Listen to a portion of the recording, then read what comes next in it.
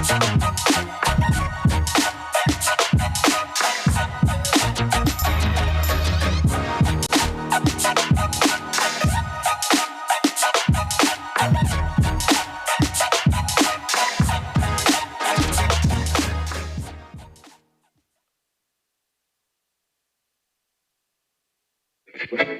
Pro Football Focus doing? Last week they had Brady. This week they got Brady.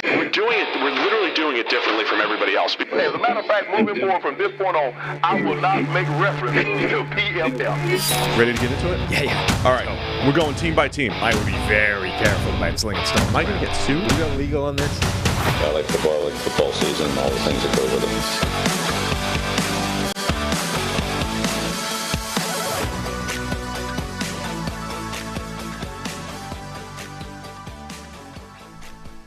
Welcome into the PFF NFL podcast. Steve Palazzolo, Sam Monson. We're live here on a Wednesday morning. That's right, Wednesday morning with a quick programming alert. If you've tuned in here for your normal midweek Wednesday mailbag, who knows what you're going to get. Not getting it. Had to change it. Not today. I've got to do a little traveling, getting to the airport later today. Mm-hmm.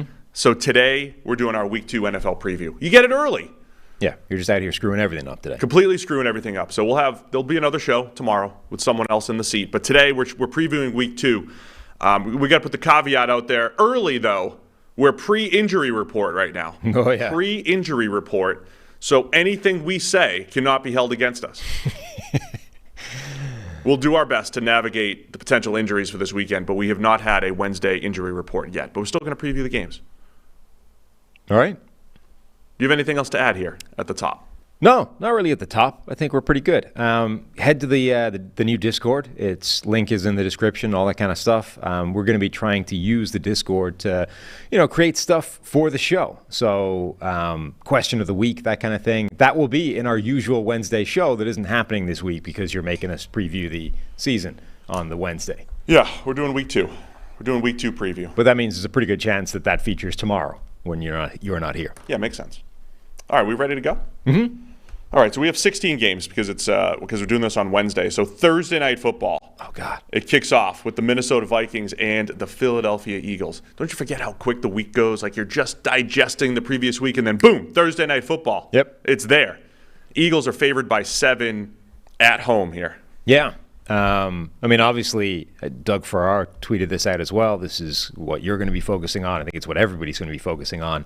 Jalen Carter was dominant week 1. Looked like not just could he replace Javon Hargrave, but he might be an upgrade over Javon Hargrave. Yeah. And now he gets to go against the Minnesota Vikings interior offensive line, which is still a weakness. That has disaster written all over it from a Vikings perspective. That's got to be the biggest thing in this game, I think. Yeah, and remember, it's just one matchup, right? So when we talk about, there were some defensive tackles this past weekend that absolutely wrecked games, quote unquote wrecked games. It doesn't always show up within the game because even when Jalen Carter and Jordan Davis had really good games up front, the Patriots really struggled at guard, and they were in the backfield a lot. But Mac Jones had a few passes where he was under pressure and he still completed them. But over time, if you keep winning up front, 7-8 times a game, that has a huge impact on the offense. So yeah, that's going to be a massive challenge, especially if it happens on the right plays. You see that if Jordan Jefferson's running wide open in the secondary and it happens to be on the play where Jalen Carter wins in 2 seconds, you're done. Yeah, so that is a matchup to keep an eye on where the Vikings are going to have to give Carter and maybe Jordan Davis extra attention. Yeah, it's not even it doesn't, always show up in games. I would say it rarely shows up in games to the extent where it impacts who's going to win and lose. There's a reason there's only a couple of people getting injured position-wise that move the line, the Vegas line, the point spread. Essentially, Vegas has said that one individual player at most positions, no matter how good he is, being out is unlikely to change the outcome of the game. And most of the time they're right. Usually it's an accumulation of injuries or when the drop-off at a certain position is so massive. It's not even like this guy is amazing. It's that the dude coming in to replace him is terrible, and that is what can change the game. So you see that at corner sometimes where, the drop-off between a good guy and the guy who's now number 3, 4, 5 on the depth chart is catastrophic, and that's the problem. But there are individual matchups in the trenches that are so one-sided that it can change games. And it's not necessarily that you can predict them, but when they happen, it's clear. I mean, the Vikings were on the receiving end of one last year when Dexter Lawrence in the playoffs basically decided, I'm going to stop you winning this game on my own, and you can't block me. There's nothing you can do about it. And that really did determine the outcome of that game. Obviously, other things were a factor, but Dexter Lawrence moved the needle in terms of them winning that game or not. This is that kind of mismatch. Jalen Carter against anybody on the interior of that Vikings offensive line has the potential to create that kind of havoc for Minnesota. Nice matchup on the outside. Justin Jefferson, we've got James Bradbury's in concussion protocol, yes? So we'll see a little Justin Jefferson, Darius Slay. Don't know if James Bradbury will be there to play on Thursday night. We didn't see as much two tight ends, as many two tight end sets as I expected from the Vikings. I'm curious if they end up getting to that, the TJ Hawkinson, Josh Oliver look. They were still pretty much a three wide receiver type of team. I thought Kirk Cousins played all right, had some weird plays in there, had some good downfield passes. Justin Jefferson was uncoverable in week 1 in the first half, but then slowed down a little bit in the second half. But I like that matchup for the Vikings because Justin Jefferson is still awesome. So I think it's going to come down to Jefferson needs to have an incredible game here because I don't like the matchup on either side. I think you've got game wrecker on one side for the Eagles on defense. On the other side, the Eagles did not play well offensively. Now, how much of that was they were sleepwalking? They were conservative with a big lead that they were handed. They were playing in the rain a little bit early on. They were playing a good Patriots defense. Patriots defense was just fundamentally sound in the run game, and they did a really nice job. Minnesota, on the other hand, do they have the defensive front to stop the Eagles' run game, to handle the offensive line like New England did, and then in the secondary to cover A.J. Brown and Devontae Smith? I don't love it for Minnesota. It's interesting. The Eagles' performance. So you see, week 1 power rankings come out, right? And it's overreaction season. So everyone goes, oh, wow, look at this. After week 1, random team with a win. Like Dallas goes up to number 2 or 1. Did you see my power rankings? I didn't. No. I put, because this is how people do power rankings. Yeah. I'm going to add some flavor to what you're saying. All the 1-0 teams? 16 teams are tied. Okay. For first. Oh, first. Tied. Yep. And 16 teams are tied for 17th at 0-1. Okay. Because that's pretty much how people do their power rankings. Yeah. Did you win? You go to the top. Right. Oh, you lost, but you're the Chiefs. Oh, I think we'll drop you to 5. We'll drop you to 5. Right. But usually there's this sort of huge swing of instant reaction, like Dallas shoots up to number 1 or 2 on power rankings, right? And it was all those sort of the Fields teams. Dallas goes to number 1. San Francisco goes to number 2. Like dominant week 1 performances. People didn't drop Philadelphia. So I saw power rankings from somebody where the top 3 teams were in the NFC, which is obviously not what you expect heading into a season where the narrative is, the AFC is incredible, the NFC sucks. Yeah. But it was San Francisco, dominant week 1 win, Dallas, dominant week 1 win, and then Philadelphia, who stumbled over the line against the Patriots, having built a 16-0 lead early in the game. People didn't ding them for that rough outing. I don't know if it's just because they won or because it's we give them some credit in the bank because they made the Super Bowl last year, blah, blah, blah. But, I think that week 1 performance will put some pressure on them, even if it's only internal, to show up against Minnesota and prove that they are a dominant team and that, things are still well. Yeah, I mean, there's many reasons not to overreact to week 1. You shouldn't drop the Eagles that far. There's many reasons not to overreact to week 1. Here's a few of them. Small sample sizes, obviously. It's only one game. Matchups, right? You had a very specific matchup in week 1, and week 2 will be very different. And then just home field advantage, generally. I think the biggest mistakes people make, I say this every single year, is when the home team looks great in week 1, and then they go on the road in week 2, and it's a little different, right? And vice versa. So the Eagles get to go home in a good matchup against Minnesota where they have some serious advantages with their receivers against Minnesota's cornerbacks, with the Eagles' defensive line against the Vikings' pass blockers. I mean, there's a lot of advantages here. That's why the Eagles are favored by 7. So where are you leaning here? You get the Vikings, who play a lot of close games. Other notable, I guess, injury concerns. You talked about James Bradbury, questionable with concussion. Nakobe Dean's going to be out. He had a Liz Frank injury in his foot that's going to put him out for a while. Bummer for him. He looked, I think, pretty good at linebacker. I also wonder if the Eagles' run game performance in Week 1 is going to change how they see that backfield.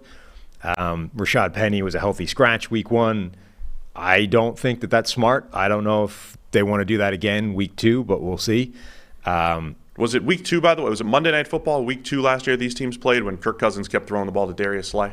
I wouldn't do that if I was Kirk Cousins. Yeah. I would specifically avoid doing that. Last time these teams played, Philadelphia absolutely handed it to them. And again, that doesn't always matter for the matchup, but it's something to remember. Yeah, and short week, so any of these sort of injuries coming out of Week 1 are potentially bigger problems. Like Christian Darrisaw with an ankle injury. Yeah. You don't have a lot of time to get that ready, and there's a pretty good pass rush coming your way. That could be an issue. 7 points is a lot. I still feel like the Eagles might be worth it, though. I don't know. I have big questions about this Minnesota team heading into the season generally, but Week 1 didn't do anything to remove those. They lost to the Bucs, who we didn't think were that good going in. They might be better than we thought, but there's a chance that was a matchup of, by the way, you underwhelming. Didn't update the people. You went 8-8 in your. In our Week 1 we both picks. did, in fact. But you specifically is notable because you very much didn't go 8-8 most of last year. I didn't get my 8th win till Week 8 last year. Right. Something like that. Yeah, we're both 8-8 after Week 1. I think my son Harry's at 6 or 7. Oh, let me check. This is another thing we're going to do with the Discord is like the Discord game of the week, which is going to be essentially which is the closest game using the votes of the Discord. So what do we got? Right, you go check that out. I'm going to take the Eagles to cover the 7. Are you Same. taking the Eagles to cover the 7? We're both taking Philly. The good news is this is not the game of the week. This is very heavily favored towards Philadelphia. I highlighted some stuff that could be the game of the week, but you show me which one it is in the Discord. Right, but I need to remind you, as a parent, you've had to learn so many new skills to provide for your family, how to do copious amounts of laundry, meal plan for even the pickiest eater, and now how to protect your family's financial future. Well, Fabric by Gerber Life provides an easy one-stop shop for your family's financial needs, offering high-quality term life insurance policies, plus other financial solutions in one easy online hub. Fabric was designed by parents for parents to help you get a high-quality, surprisingly affordable term life insurance policy in less than 10 minutes. Fabric has flexible policies that fit your family and your budget with quality policies like $1 million in coverage for less than $1 a day. Get your personalized quote in just minutes and then apply when it's convenient for you. It's all online and on your schedule. You can go from start to covered in less than 10 minutes with no health exam required. So join the thousands of parents who trust Fabric to protect their family. Apply today in just minutes at meetfabric.com/PFFNFL. That's meetfabric.com/PFFNFL. MEET fabric.com/PFFNFL. Policies issued by Western Southern Life Insurance Company, not available in certain states. Prices subject to underwriting and health questions. Did you find the game of the week in there? Yeah, I did. Got it. It's the next one, right? So what we got up next? Packers Falcons? Yep, that is the closest game. I might go in the order of the blue. The other ones that I've highlighted as the best games. Do you want to put those at the top, and then we'll circle back to everything else? Isn't that how we used to do it? And we did. I just didn't reorder the document. Okay. I went back to it. A lot of people, by the way, we've got a lot of new people here, and we appreciate it. A lot of new listeners, a lot of new listeners, viewers on YouTube, listeners in podcast land, and we appreciate you. Please stick around for the entire season because we'll do this every single week. Even if you disagree with us, let's just have some fun. Packers-Falcons here. We get the Falcons. Packers are favored by 1.5. The winner is going to be 2-0 in the NFC. So this is the Discord game of the week, which means it's the closest vote of the games in terms of who's going to win, who's going to lose. So this is the game that Discord thinks will be the closest. I think Atlanta getting 1.5 at home. It shows. Yeah, Vegas thinks it's going to be close. Yeah. It's a tough one to figure out. Again, when we talk about Week 1 overreactions, we'll talk about the Bears later. The Packers win. More impressive for the Packers or just bad by the Bears, right? And just roughly, I want to reference what JT O'Sullivan did. He did a 1-hour Bears breakdown. 1 hour? He did an hour, man. Wow. And I only saw the highlights where he was just disgusted with the Bears' offense, their execution, their play calls, Justin Fields. He was disgusted with everything. When you watch something like that or you see the Bears running incompetent offense, say, and then the Packers, they've got you call it the yoink play, the leak play where the tight end Luke Musgrave gets behind the defense and nobody's near him, and that's a big chunk play. And Aaron Jones creates this big chunk play. How much of that's the Packers? How much of that is bad Bears? You could make the same statement for the Falcons. Rookie quarterback, Bryce Young. Carolina doesn't look great offensively. How much was Atlanta's 2-touchdown win? How impressive was that in week 1? So we get to learn a little bit more about both teams here. I think it's a pretty fun matchup, though.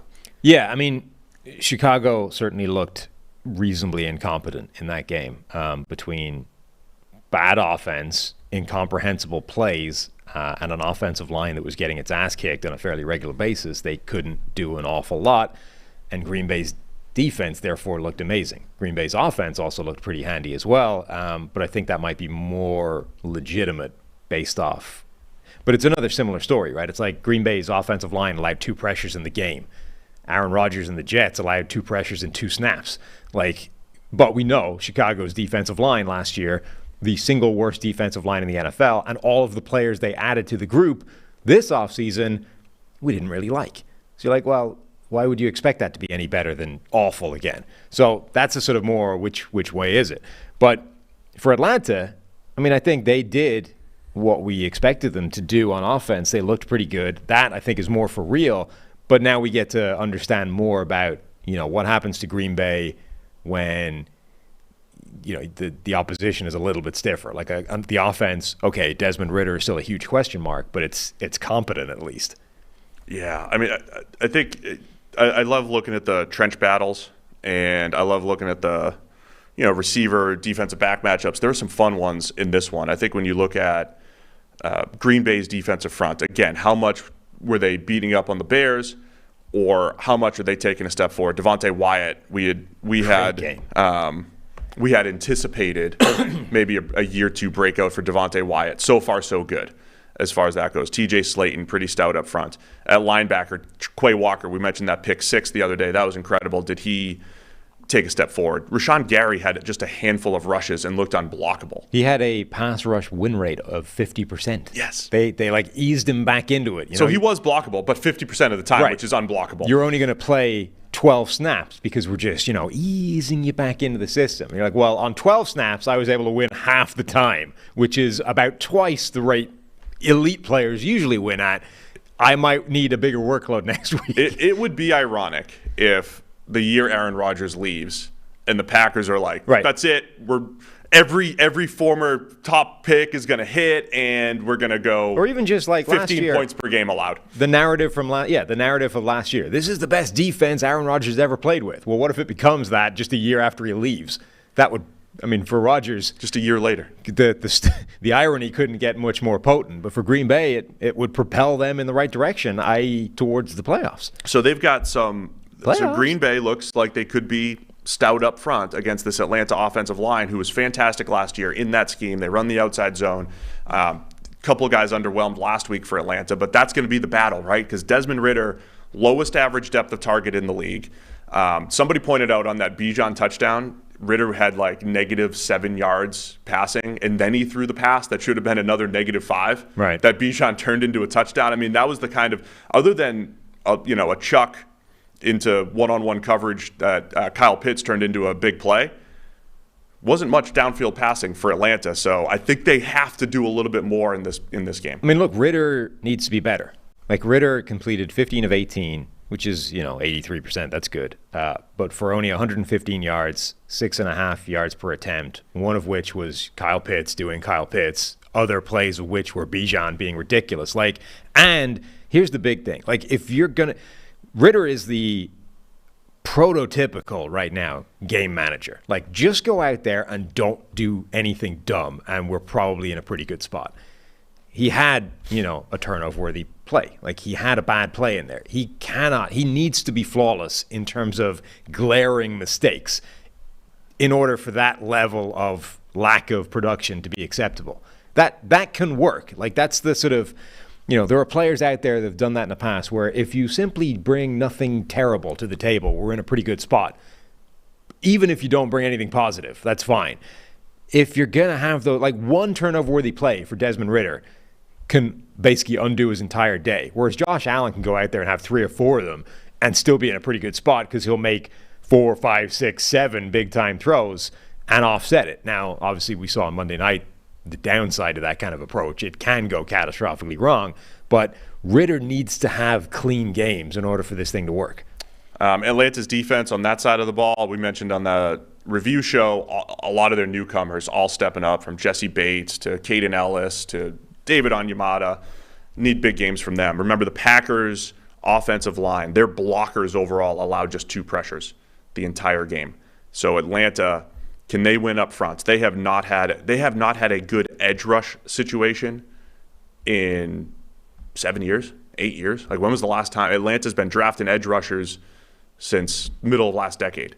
And they have Calais Campbell there and Grady Jarrett. They're better on the interior. Can they create a little bit more on the edge? Lorenzo Carter had a few nice plays the other day, but they need more, especially against the Packers here. If Jordan Love's sitting back there with time, we've seen they're going to create some open throws, and they did. Yeah, I mean, they're in a better spot than they were a year ago on that front in terms of pass rush. They were only marginally less incompetent than Chicago's defensive line last year. Like, when you sort of plotted all this on a graph, pressure rate versus all that kind of, like, Chicago's off on their own little island down here. The next team off away from the group was Atlanta, and then, the rest of the teams started to surface. So it was basically just Grady Jarrett last year. Now, at the minimum, it should be Grady Jarrett, David Onyemata, Calais Campbell will add something, and then it's like, what can they get from the edge rushers that are still a potential weakness? But that's dramatically better than last year already. I'm really torn on this one because I think I was impressed by Atlanta in week 1. I don't want to downplay what either team did. I think both teams have solid expectations this year, but they looked good in week 1, both the Packers and the Falcons. My initial instinct was the Falcons, and as I talk through it, I'm leaning Green Bay. Also, it was a pretty close game until the very end. Green Bay ran away with it against the Bears. It was both close. were, to be fair. I mean, they were both Carolina close games. around. True. Where are you going to go with this one? I have more faith in Green Bay, I think, than Atlanta now. Their offensive line, the Falcons, was a little bit concerning. If Green Bay's defense is for real, they could have some problems on that side. And then the other side, even though I just talked about their improvements, I mean, Green Bay's offensive line might be one of the top 3 in the NFL, which means Atlanta's probably not going to get much pressure. So if Jordan Love doesn't throw the ball to Jesse Bates twice like Bryce Young did, they should be in a better spot. I'm going Green Bay. A couple questions about Jordan Love's grade. I know he had 3 touchdowns, no picks. One of the touchdowns, though, that little angle route to Aaron Jones. Aaron Jones doing a lot of the work. And then the yoink play, as we said, a free 35 or however many yards it was. So you're talking... Which was dramatically underthrown. Yeah, he had 9. Also, Love dropped the snap, right? He dropped the snap. Yes, he picked it up again, but he dropped the snap. That's a fumble. That's basically a turnover-worthy play. You can't control the fumble and everything. And Love had some wild misses in there. So we'll see if Love, because I don't think Love played the cleanest game, despite the stats. No. And if he does that again, then, He also had some bad misses in there. Not like bad turnover worthy, but bad, like, come on, you got to have just missed by a right. a lot or whatever. Which is, his MO coming into the NFL, but probably also still his MO. Like, the production was good. A lot of it was yards after the catch. Aaron Jones just wrecking TJ Edwards multiple times. And he needs to, you need that accuracy to be a bit better. A 63% adjusted completion rate is bad. All right, we're both taking Green Bay, though. Yep. To cover the 1.5 in Atlanta. That's the Discord game of the week, yeah? Discord game. So how does that work again? People go to the Discord, and we're going to have all the games up there for people to pick? There is a channel in the Discord called Pick NFL Winners, and each game of the week is up there, and you simply vote on the winner. Fantastic. Discord game of the week. The Discord game of the week will be the closest vote, essentially. The game Can't wait to watch it. Discord thinks will be the closest. All right, we're going to do we'll go through another couple game of the week type of games, biggest games of the week. Let's go Kansas City Chiefs at the Jacksonville Jaguars. It's a playoff rematch from last year. Chiefs on the road, favored by 3 against the Jags. Jags are 1-0 here. Chiefs coming off that disappointing loss to the Lions. Chris Jones is back. Is he going to play? Is he in game shape? Chris Jones has been re-signed. Won't get into a lot of the details other than anybody with any sense of contracts and whatever, from Brad Spielberger to everyone else you might read, say it's just a wasted holdout. Yeah. Because they just tacked on some incentives to his contract this year. They can still franchise tag him at the end of the year. That's the brutal thing. Not a great. We'll talk to Brad about this more in one of the next 2 days. But yeah, that doesn't feel like a great win for Chris Jones. On the other hand, for the Chiefs, it's a win because not only do they not have to pay him a ton more, but they get him back now, which is important. I feel like Kansas City is a classic, overreaction possibility out of week one. The two of their best 3 players should be back on the field for this game. That's a pretty important milestone. Also, we'll still see on Kelsey. I think he'll be back. A lot of other people said it's really a multi-week injury, and even though they thought, we'll test it out and we'll see if he plays last week, he wasn't close. It wasn't like he was kind of close, and he wasn't close. So we don't know that Kelsey's back yet. No, but the other element is, that was one of the worst wide receiver performances collectively you're ever going to see in an NFL game last season. Or last week. That's not going to happen twice in a row. Kadarius Toney is not going to have the worst game an NFL player has had since 2018 by our grades twice consecutively. Sky Moore is unlikely to run 30 routes and just barely see the ball twice in a row. Something is going to give there. Mahomes was able to put the ball in his receiver's hands multiple times in that game for plays that could have extended the drive, and they conspired not to let that happen. So I feel like the baseline for that offense, even Kelsey-less, is better than a week ago, and now Chris Jones is being added back to the defense. We got one quick update here. Nick Sirianni is saying that James Bradberry, for the Eagles, James Bradberry and Kenneth Gainwell trending toward not playing on Thursday night. So if we could just cut that and just drop it into the Eagles-Vikings analysis. Well, we talked about questionable with the concussion. So I'll give you updates. I'll give you updates as we go here live on a Wednesday morning. Appreciate everybody. Lively chat here as always on YouTube. But this is a great matchup, right? A lot of people love the Jags. And to me, this is another one of those Trevor Lawrence statement type of games. I thought he played pretty well in the playoff game against Kansas City. But I think to beat the Chiefs, even the Chiefs that just lost, to beat the Chiefs, you got to play at an elite level. And Lawrence he's got to have those special plays. He had a bunch of them last week against Indianapolis. Loved his game.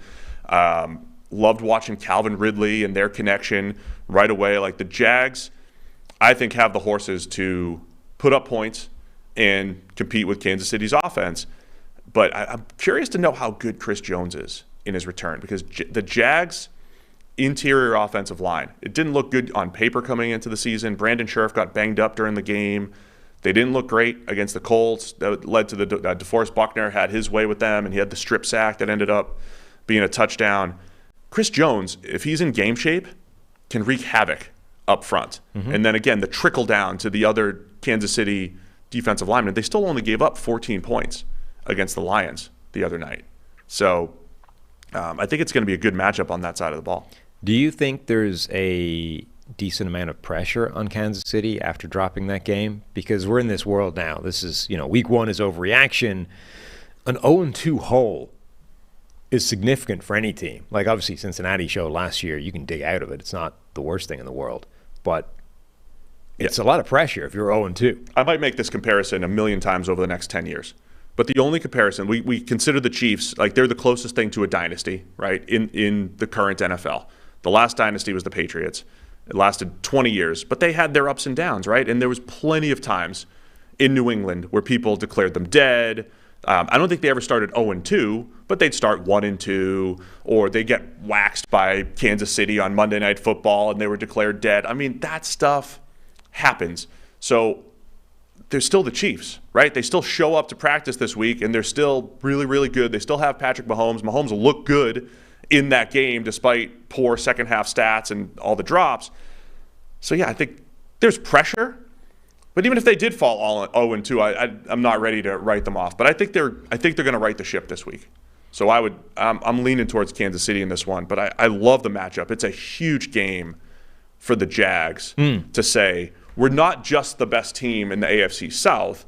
We're up there. We're with Kansas City and those other teams that were supposed to be good, the Bills and the Bengals, all of which are 0-1 right now, by the way. Yeah, it's a big opportunity, I think, for Jacksonville. Last week with Detroit felt a little bit like you kind of need to win this game because Kansas City is so depleted in terms of their best players.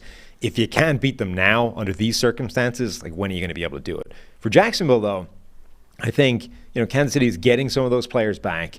And now it's almost, they're in it. They got a win. Kansas City didn't. Like, it's a big opportunity for them, I think, to sort of put a statement out there that, yeah, we are a for real team at this kind of level, and let's see what happens. And if it doesn't work out, well, it's still the Chiefs. Yeah, so the guy that I like to watch every single week too, Trayvon Walker for the Jags. We did have a question in the chat about him. Solid game as a pass rusher the other day, not terrible. Actually struggled from a run defense standpoint. Got lost contain at least once. I mean, that's more of a mental error than anything. Out of position a couple times, so didn't end up with the best grade. But Trayvon Walker showing some flashes as a rusher, did have a sack.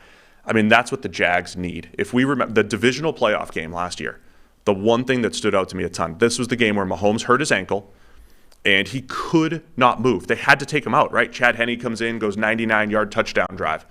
Mahomes could not move. And it was like the Chiefs' offensive line put the clamps down in the second half, and they said, not only are we not going to allow pressure, you're not going to get anywhere close to Mahomes, right? So the Jags need to get some kind of pressure. Josh Allen on the other side had a really good game. They moved Trayvon Walker and Josh Allen around a lot. Last week, Donovan Smith had some issues at left tackle for the Chiefs. I want to see that Donovan Smith matchup. If Josh Allen's on that side, when Trayvon Walker's on that side, see if they can get some pressure. And even the pressure that the Lions got against the Chiefs, no sacks of Mahomes because he's just an absolute magician, feels the pressure, knows where to go, gets rid of the ball. I think the Jags need to take him down a couple times. They need to create some negative plays because I'm with you. I don't expect the Chiefs to be that bad at receiver, at pass catcher this week. I think one thing from week one, though, that could be interesting is, like, there was a lot of talk, obviously, on Jawan Taylor and his stance and his potential jumping offside, or not jumping, false starting. But that offensive line generally had its hands full with the Detroit pass rush. I mean, Donovan Smith at left tackle had problems, and he's declined in the past already. We sort of assumed it would be a bit of a bounce back. Trey Smith, like the guards, had problems as well. And then Jawan Taylor had his stuff, which is, I think, generally not a huge problem. But like, that would give you signs of life as opposition of, hey, maybe that tackle change that they went through is actually not, an upgrade, and that's an area we can attack again. You okay over there? No. What's wrong? It's something that can't get it out of my throat. I'll give you one more matchup to watch. Again, I don't know what Chris Jones is going to be like. But remember, there are times when they line him up on the edge. Mm-hmm. Not a couple years ago, but they picked their spots. And at right tackles, rookie Anton Harrison, he's a rookie. He's okay. He's got work to do. If the Chiefs pick their spots, hey, we're going to put Chris Jones on Anton Harrison for 3 or 4 key rushes. Just keep an eye on that. That's exactly what Chris Jones did in the AFC Championship. Had the sack that allowed for the game-winning drive for the Chiefs. So I think Kansas City bounces back here, not just because of Chris Jones or Kelsey, but because they're still the Chiefs, and I'm going to believe in them until they give me a lot more evidence that I shouldn't. Yeah, I mean, I think they were very, very bad last week and missing key players, and they still almost won. This week, I think both of those things should be better, which probably means they'll win. Okay, we got Google Docs trying to log me out. They're making me log back in. Wow. In the middle of do they know we're live? No, they don't. Do they know that football's back in full swing with another week of epic games? Do they even know that, Sam? Nope. And who's got you covered on the action for every single one of those games? It's DraftKings Sportsbook, an official sports betting partner of the NFL. New customers can bet $5 on football and get $200 instantly in bonus bets. Nobody's missing out on the action this season because, listen, all DraftKings customers, every single one, can take advantage of 2 new offers every game day this September. Get in on the NFL Week 2 action with DraftKings Sportsbook. Download the app now and use code PFF to sign up. New customers can bet just $5 and take home $200 instantly in bonus bets. Only on DraftKings Sportsbook with the code PFF. The crown is yours.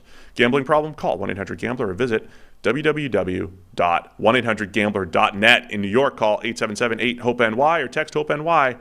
In Connecticut, help is available for problem gambling. Call 888-789-7777. I thought somebody cut this out and it keeps going. Bonus bets expire 7 days after issuance. Eligibility and deposit restrictions apply. Nobody answered me. I'm cutting that a little bit, apparently. Thought it was cut. Sheet was cut off. And it's still there. What? Go to the DraftKings app. Promo code's PFF. But we're done with ad reads for the day. Sweet. We're both taking Kansas City. Yep. So we're both in lockstep in our first 3 games. Yeah. All right, I've picked 2 other somewhat games of the week here. Baltimore Ravens at the Cincinnati Bengals. Bengals are favored by 3.5. This is where Vegas knows. I mean, you said, hey, the power rankings, people didn't overreact to the Eagles. Vegas is not allowed to overreact, right? They can't be like, oh, the Bengals are terrible now. Ravens by 6, right? History matters. And so I'm still not in overreaction territory for the Bengals. I wasn't in week 1 last year either, and they still lost in week 2, but eventually they figured it out. So I don't know if they're going to figure it out right now, but Cincinnati's favored by 3.5 over the Ravens. Ravens looked good in week 1. Bengals didn't, but that's the nature of football here. Yeah, shouldn't be a rain game, hopefully, and that changes everything. Rain game, and then Ravens were at home, Bengals were on the road. That flips. Like, all that stuff matters in this discussion. Here's the other thing I'll cite that I've cited many times over the last couple of years. The most impressive thing about Zach Taylor is bouncing back from bad games. They've had bad games in the past. I expect them to bounce back.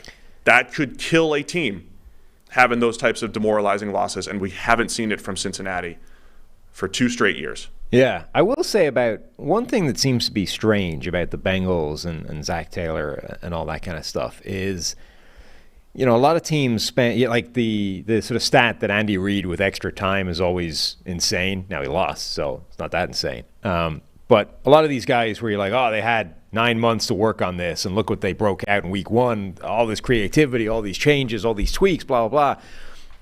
The Bengals offense seems to get more vanilla, like the longer they have to work on it. They come out early every season and run this, like the offense that Zach Taylor arrived in Cincinnati with, as opposed to any new wrinkles, any extra layer of creativity, look, here's the new change in the Miami offense with Mike McDaniel. Teams are going to have to go away into the lab and figure out how to stop this. The Bengals, it's like this is the step 1. I don't know if this is just an approach of the way installs work with Cincinnati and Zach Taylor, like he specifically tries to get all the fundamentals done and then like over the course of the year maybe builds and adds bells and whistles to this thing. But I wonder if it does leave them vulnerable to these slow starts where they're just behind where everybody else is in terms of adding elements to the offense. And I think that was an issue in week 1. Now, look, their offensive line got wrecked by the Browns as well, so that didn't help. But the sort of disgust that JT O'Sullivan had over the Bears offense, and that is a whole different world. But the Bengals offense had a real lack of creativity and putting players in a position to win, as opposed to just going out there and saying, go and win. I was looking up RPOs the other day, too. I think they had the second highest percentage of RPOs last week. And that's not like against your point. I don't think that's some special level of creativity by the Bengals. I actually think that's not playing to their strengths whatsoever. That's just, whatever. It's a run play where you can pass it, fine.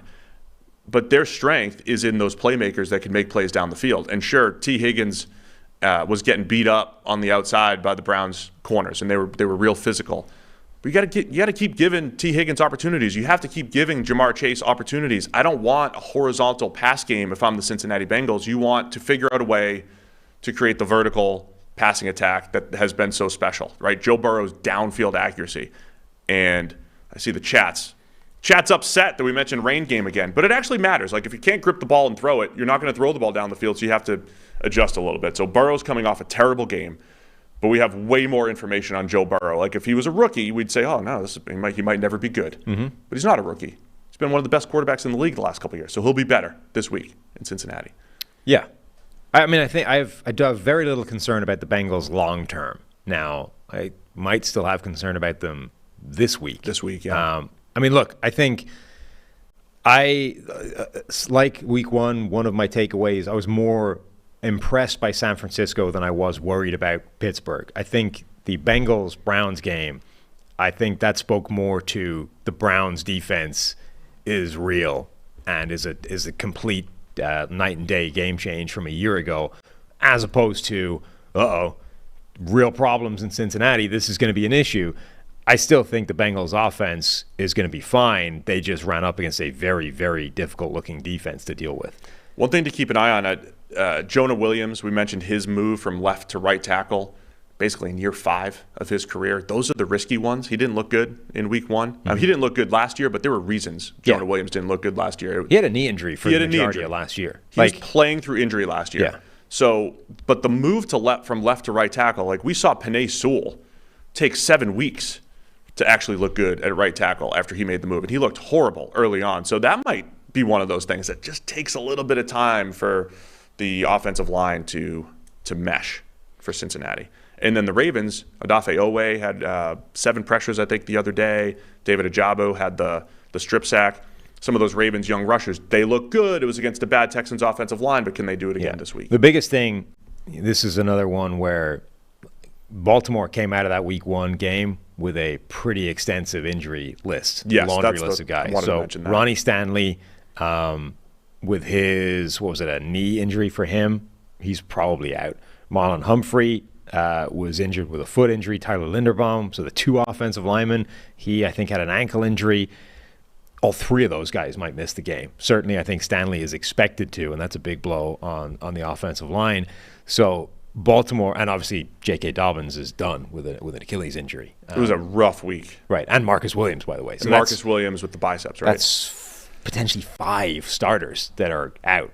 Yeah, so it's the look, I had concerns with the Ravens secondary, even with Marlon Humphrey, but with Ronald Darby, year 9 in his career, Brandon Stevens, I mean, they've got some questions there. I think the Bengals have their success on the outside and look much better this week. Baltimore was interesting because they didn't have to do a whole lot offensively. Lamar put the ball on the turf a couple times. I don't think we got a whole lot of answers about, hey, how good is this new offense, other than they got Zay Flowers in space a bunch, and he looked dynamic. Mm-hmm. So be keeping an eye on that. But I think Baltimore is just too banged up for this one. Where are you going? It's Bengals by 3.5. One thing that was interesting, by the way, all the talk heading into the season was Baltimore was going to spread the ball much more. They were going to go 11 personnel. They were going to look much more like the Louisville offense in college.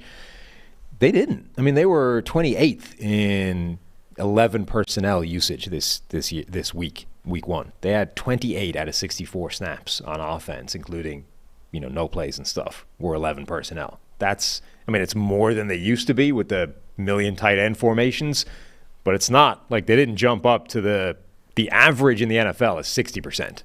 So they didn't even get anywhere near average, let alone one of the more 11 personnel happy teams in the league. That's an interesting development in terms of where this offense is going to go, or how it's trying to maybe split the difference between what Monken maybe wants to run and the old offense. They're not going from one extreme to the other. They're kind of charting a middle course. Yeah, I want to see how that moves throughout the year too, because they were in control of a lot of that game against Houston. Sure. So how much of that is the game flow and everything? So 3.5, Sam. Where you going? We got it at 3 on the screen here. You saw it at 3.5. I saw it at 3.5, but these things move. Let's use the screen. Let's say use 3. Yeah, let's use 3 because I'm taking Cincinnati. Okay, that's fair. I'll take what's on the screen. I'm also taking Cincinnati. Not so much. I think Cincinnati might struggle again this week, but I think Baltimore's pretty banged up, and that could cost them. All right, I would do one more really good game of the week, and then we'll just go in order for the rest of them. Miami Dolphins at the New England Patriots. It's Sunday Night Football. Miami favored by 2.5 here in New England, Sunday night. Patriots haven't beaten the Dolphins in, 4 tries, I believe? I think 2 is undefeated against Bill Belichick and the Patriots. Dolphins coming off of that impressive win against the Chargers, 36 points, 2 of the highest-graded quarterback of the week, Tyreek Hill, uncoverable in New England coming off the game, where I think there's a lot more optimism in New England after losing to the Eagles by only 5, because they played well defensively. The offense looked much more crisp than it did last year with Bill O'Brien calling the plays this year. So I think it's a good matchup here, Dolphins and Patriots. No, it is. Look, this is a great bounce back, or not bounce back. This is a great follow-up from last week where Mike McDaniel's offense showed the next step of their evolution, and the Chargers had nothing to answer them schematically, let alone on an individual basis. Now that offense goes up against Bill Belichick, right? That's a great litmus test for where exactly it is. They were streets ahead of the Chargers last week, but we don't know if that's what the Miami offense is going to look like, or if that's how far off those that Chargers defense was. So this is going to be a great test for, are they just going to set fire to the league again like they did for a big stretch of last season? Or, does a really smart defensive-minded head coach actually have some neutralizing qualities for this offense? I don't have all the numbers in front of me, but Bill Belichick his defenses have played against Tyreek Hill often, right, since 2018 with Mahomes, but even before that. And in the past, they would take a guy like Jonathan Jones at corner who's got 4.3 speed and man him up and give safety help and everything. But to do that, you got to play single high. Like, you have to play man coverage elsewhere. And the challenge with the Dolphins, there's two challenges with the Dolphins. There's another Tyreek Hill type of player named Jalen Waddle, who's also fast. And then all of the motion that they use, right? So it's where I made a mistake last week. I said, hey, the last time the Chargers played the Dolphins, they were physical and they got up and pressed. Well, the Dolphins used pressure 75% of the time last week. I'm sorry, motion 75% of the time last week. Second highest in the league behind, of course, Kyle Shanahan and the Niners, including that play where Tyreek Hill's going to line up a tight end, motion out to receiver on the same side. It's an uncommon motion from tight end out. The defense has to shift quickly, and you're going to get free releases. Like the Dolphins, it's very easy on the chalkboard to say, hey, get physical with those guys. You can't do it, though. You can't always do it because they're going to create free releases for those guys, and they're giving them free releases on the run. They're getting the closest thing they can to that CFL head start for their speed and then putting them in space. And I think the Dolphins and Mike McDaniel, I think there's credit to Mike McDaniel. Like, the scheme is outstanding. But Tua, especially on Sunday, deserves a ton of credit for how he played. I thought there were times last year where the stats were inflated for Tua, but he was unbelievable on Sunday. Big-time throws left and right, stepped up, hit Tyreek Hill in stride for the huge pass to flip the field on the game-winning drive. If they play like that again, the Dolphins' offense is very tough to stop. But it's tough to just man up and get physical with those guys because they're too good. Yeah, I mean, it's impossible to man up with Tyreek Hill. It really is. Like, we saw last week, the whole Miami offense is essentially designed around helping Tyreek Hill exploit the fact that nobody can match up with him anyway. Like, getting him into space, getting him a running start, getting him moving and scheming up a window for you to then exploit the fact that you have nobody on defense that can do anything like what he can do. I mean, I've said this before, but he has that Randy Moss overwhelming physical advantage versus other people. Like, Randy Moss has these plays where he absolutely annihilates 4.3 speed people. Like, there's a play out there that I tweeted where he just runs right past D'Angelo Hall. Like, D'Angelo Hall's strength was having 4.3 speed. And Randy Moss, with 8-yard cushion, Moss just ran past him like he wasn't there. There's nobody that can do that. Tyreek Hill has the same thing where he has that speed and quickness, laterally, and the sort of explosive, short, quick movements. You might have guys that are really quick on defense or really fast or all these things. You have nobody that can do what Tyreek Hill can do, let alone try and mirror him doing it. So it's a very, very hard problem for a defense to have to solve of how the hell do you bottle that up? And there's no good answer yet. And anything you had last year, Miami is crafting solutions to try and make it even more difficult. So, I mean, that's the game for Bill Belichick and the defense is how the hell do we stop that killing us? So those matchups, you'll see Jonathan Jones and then rookie Christian Gonzalez. Gonzalez had a pretty nice game the other day. Got whooped a couple times, got beaten a couple times by A.J. Brown. That's going to happen, but made a nice play on the ball, had a sack for whatever that's worth. But the New England defensive front also really stout. We mentioned that in the Eagles write-up. Christian Barmore, by the way, second highest graded defensive tackle over the last 3 games, for whatever that's worth. 2 games to finish last year, and then week 1. Christian Barmore starting to look like what the top 10 pick that we thought he would be coming out a few years ago. New England's defensive front, even though the Chargers look good on paper with Bosa and Mack, I think New England's going to be a lot better up front. They've got an interesting cornerback duo with athletes like Christian Gonzalez and Jonathan Jones who could do a little bit better. New England's going to do better, I think, against Miami's offense. And then on the other side, Miami's run defense, highest EPA per play allowed in the NFL in week 1 against the Chargers. They got run over by the Chargers. Does New England, they ran a pass-heavy game script on Sunday. Do they lean into the run game?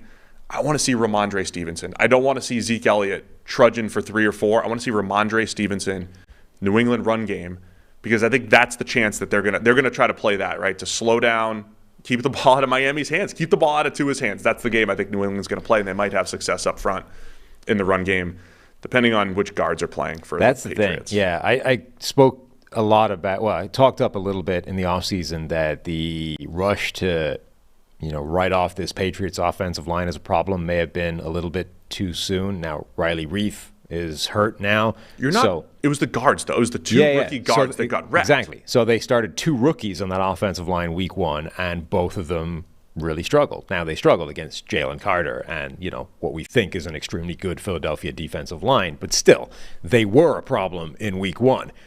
If that's something that doesn't change, the Patriots offense is going to be struggling. Like, it's very, very difficult to run a competent offense with both guards getting wrecked on a regular basis. All right, man. Where are you going with this one? Miami's favored by 2.5. Have a chance to really take control in the AFC East here this week. Yeah, I hate it, but I'm going to lean into the Miami winning. And covering. I just don't know how you stop Tyreek Hill the way he's currently playing. Yeah, I keep taking the favorites here, Sam. I don't love it at all. I don't love it. Miami starting on the road, by the way, back-to-back weeks. That is rare. And New England at home, back-to-back weeks. Mm-hmm. If New England falls to 0-2, though, with 8 road games left, that's not great.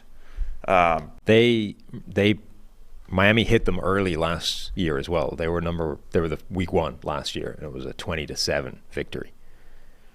Yeah, it was bad. I mean, there should be way more optimism in New England. I think the offense will be better. The defense looks stout. I just don't know how many wins it translates to. That's the problem. They'll be better. I'm kind of leaning. Do I take New England? You have to. You're going back to Boston. You can't go back with a Miami victory prediction on the show. Sure. I'm going back. Yeah, so I'll be traveling back. I'll be doing a few remotes there. Please bear with me. All right, I'll take New England to cover the 2.5. Home underdogs, the first time they're going to beat Tua with Bill Belichick. How about that? All right, let's go through the rest of the games. Maybe a little bit quicker. Indianapolis Colts at the Houston Texans. The Colts are favored by 1. Battle of the rookie quarterbacks. You got Anthony Richardson for the Colts and, of course, C.J. Stroud for the Texans. Mm-hmm. This is the part where you say something about the football game. Is it? Yes. Oh, okay. How does that work? Yeah, I mean, look, I think the Colts offense last week looked a lot like it's going to be. We saw some good from Anthony Richardson. We saw some bad. We saw the flaws inherent in the offense. We saw that it's probably going to be a grind for them, even though it's viable, it works, like it functions, but it's an uphill battle. Houston's, I think, is potentially more interesting because I don't know that they're building to the same kind of thing. Like the Richardson project is just a kind of long-term, multi-year type of thing. Houston is just like, do we even have a quarterback or not? Let's hope this works, which becomes, I think, just much more fascinating because you can immediately identify or evaluate whether or not C.J. Stroud is going to be the guy going forward. If you just look at the PFF grades for the Colts, it's almost like a lot of our predictions are off and it's only one game. But it almost fits perfectly what expectation was. The offensive line was pretty good, grading-wise, across the board, other than one spot. But the 4 out of 5 that we felt pretty good about on the Colts offensive line graded well. Michael Pittman graded well, had that long touchdown on a screen pass. The rest of the Colts receivers, not so much. And then Anthony Richardson and then running back Deion Jackson, both below average grades. It's almost like the Colts were played exactly as expected. The only question is I don't think Anthony Richardson's going to grade at 49 every single week. I think he'll be a little bit better than that. He'd take away that one bad interception, and it was a cleaner game across the board. So that was just interesting to me. The offensive line's better than we expected. And the Colts defensive line, now here's the deal. Texans are beat up and not good up front other than Laramie Tunsil. The Colts defensive line had a lot of success last week. I know they lost, and people are like, you got these high grades on the Colts, and they lost. Doesn't matter. They won the battle up front. The problem for the Colts, though, all the inexperience in the secondary. They won the battle up front, but they couldn't cover on the back end because they had a whole bunch of unproven corners who couldn't cover, good receivers. But the Colts have a chance. Grover Stewart, DeForest Buckner, those dudes, Kwity Paye have a chance to do a ton of damage against this Texans offensive line. No, they do. Like the Colts in both trenches are pretty good, which is why it's a healthy thing. It's why part of why the offense is viable, even though they have some weaknesses, because it's a pretty solid platform on both sides of the ball. I feel like we kind of know what we're going to get from the Texans or from the Colts on most weeks. The Texans are the more high variance sort of open question to me at the moment. Sometimes it's crazy. We come out of a 2.5-hour recap show, and there's still like a million things in my head I feel like we didn't talk about. I don't think we mentioned Will Anderson the other day. Mm-hmm. Had a really nice rookie debut. Not as dominant as, say, Jalen Carter, but still really good. So be keeping an eye on his matchup. He'll see a lot of Braden Smith at right tackle for the Colts. Anything else you're looking for in this one? It's the Colts by 1. Yeah, by the way, Richardson is hurt. I mean, not that I think he should still play, but he came out of that game. Anthony. Oh, yeah, at the end of the game. Dinged up. Yeah, Gardner Minshew had to come in. Right. So hopefully we'll see a Richardson-led offense rather than a Minshew-led We could also see Gardner Minshew. But it is possible that we get a Gardner Minshew game. I've seen a lot of people suggest Gardner Minshew should be the guy the Jets are calling about. Yeah, I mean, there's an argument. We covered this a little bit yesterday with Trevor. Like, any high-end backup is a colossal upgrade over Zach Wilson. The question is there even any point? Because this is like, when we said the Jets, there was no point in the Jets going after Derek Carr, right? Because Derek Carr in that offense, what good does that do you when you have to go up against all these elite quarterbacks in the AFC? That's still the landscape. So, yes, it's way better than Zach Wilson, but is there any point to it? You know what I mean? Yeah, I hear you. I would argue no. But equally, I think... I mean, if it's for like a late rounder. Zach Wilson is going to have the Marcus Mariota treatment, in my opinion, which is you might want to start him for the full season, but that dude is going to play his way to the bench within a month. So you're going to have to go in some other direction. Like, you're not going to have the choice. All right, make your pick here. Did I put something? Yeah, Houston. You're taking Houston. They're getting one at home here. I'll take the Colts to cover and win on the road. There we go. Okay. All right, Seattle Seahawks at the Detroit Lions. I have faith in PFF Bobby, and I already don't like the pick.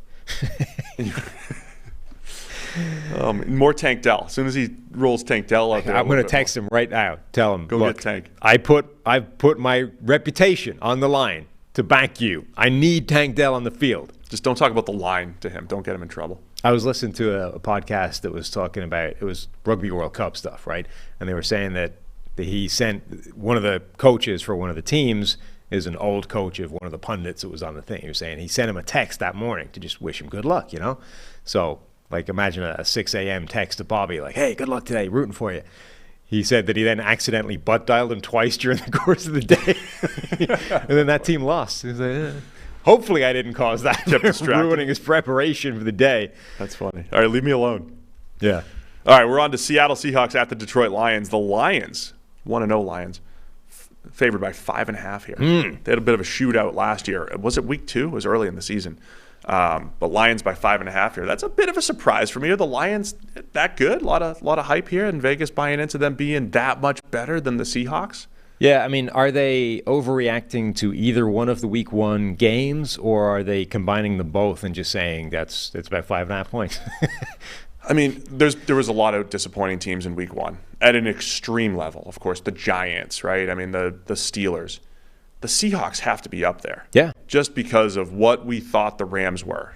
Now, at the same time, they ran into the Matthew Stafford buzzsaw. They ran into buzzsaw Matthew Stafford, who's like, there's the smallest window possible, and I'm just going to hit it perfectly because I just feel like that this week.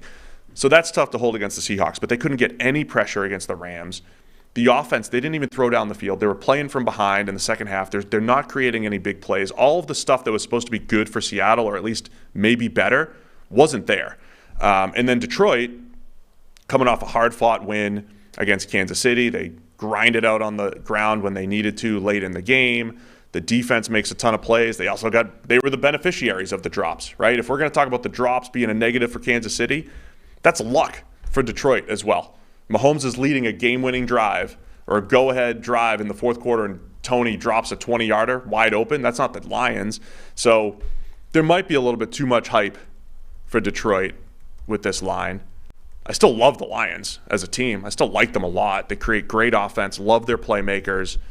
5.5 just feels like a lot, knowing what we thought we knew last week. It is a lot, but all of a sudden Detroit now looks like they have a major advantage in the trenches on both sides. That's true. Like, absolutely. Detroit's offensive line is fantastic when they have their starters out there. Their defensive line gave Kansas City all kinds of problems, and Seattle is banged up and bad on the offensive line. Both tackles hurt and unlikely to play for Seattle, right? Charles Cross, we'll see what happens with the report. Charles Cross and Abraham Lucas. So they signed Jason Peters off the street. Is he older than us?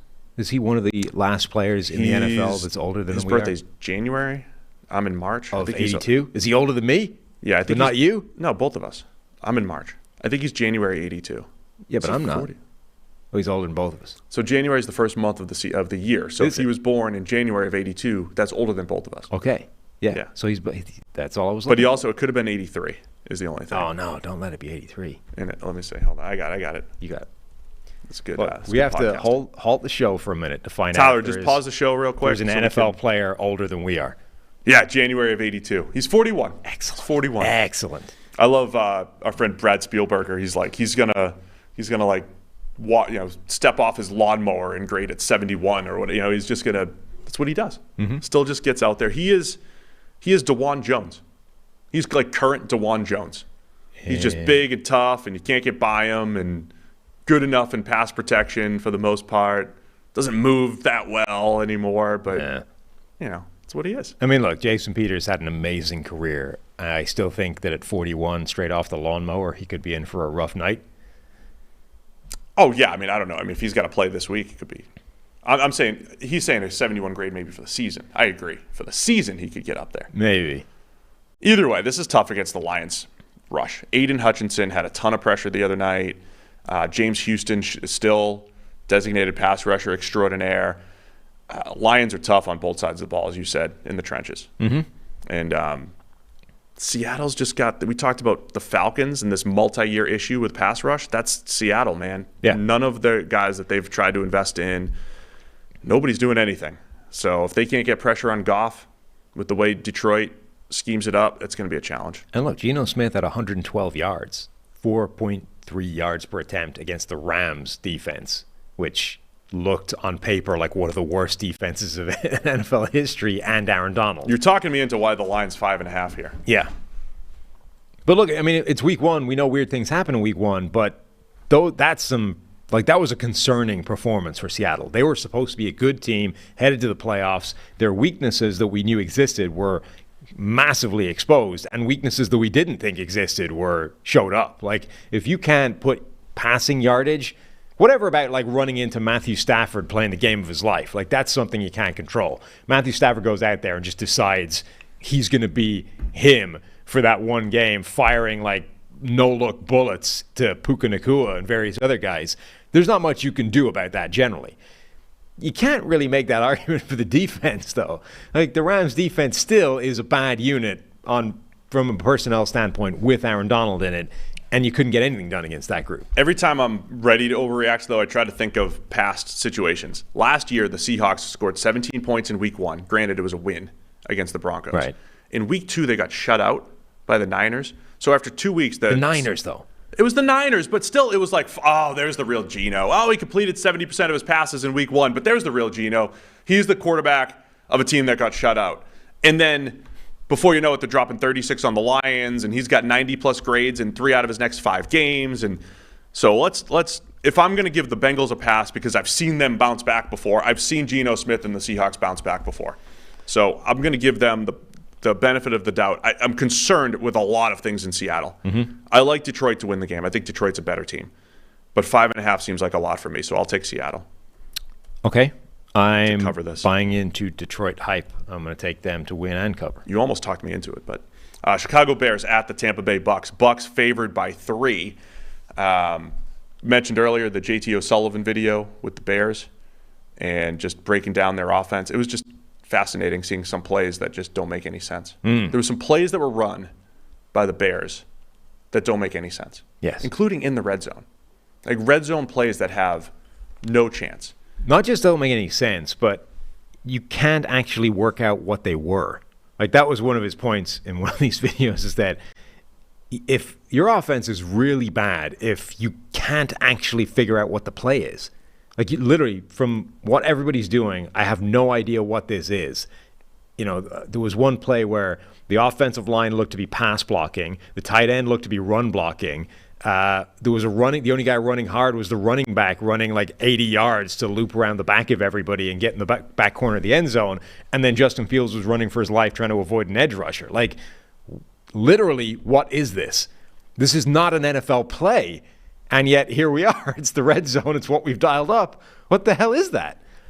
The thing to me that stood out was not only that, but you have other plays. JT's funny. He's like, I hate sprint option. You know, sprint left option, sprint right option. The famous Joe Montana play. He's like, I hate that. Every team runs it. You know, in the tight red zone. But he's like, all right, if you're at least gonna run this play, you have to have, after the first two options, you have to have a third option, and they don't have that. Like the Bears didn't have that. So 1 and 2 were taken away, and then Fields has to throw it away. There's other plays where it's like this play doesn't exist, like you said, or the running back is just supposed to run a swing, and he runs it backwards. And so the attention to detail was the thing that stood out and it was lacking. Now, all that said, Justin Fields deserves blame too, because they schemed up open plays and he's not throwing it. He's still not throwing. He's still not seeing it and throwing it on time. And so I set up all of that to say, here's the concern. Todd Bowles' defense is going to blitz like crazy, and Fields' vision and recognition and everything is going to be challenged as much this week as any other week this year. And that looks like a really bad matchup on paper for Justin Fields and this Bears offense.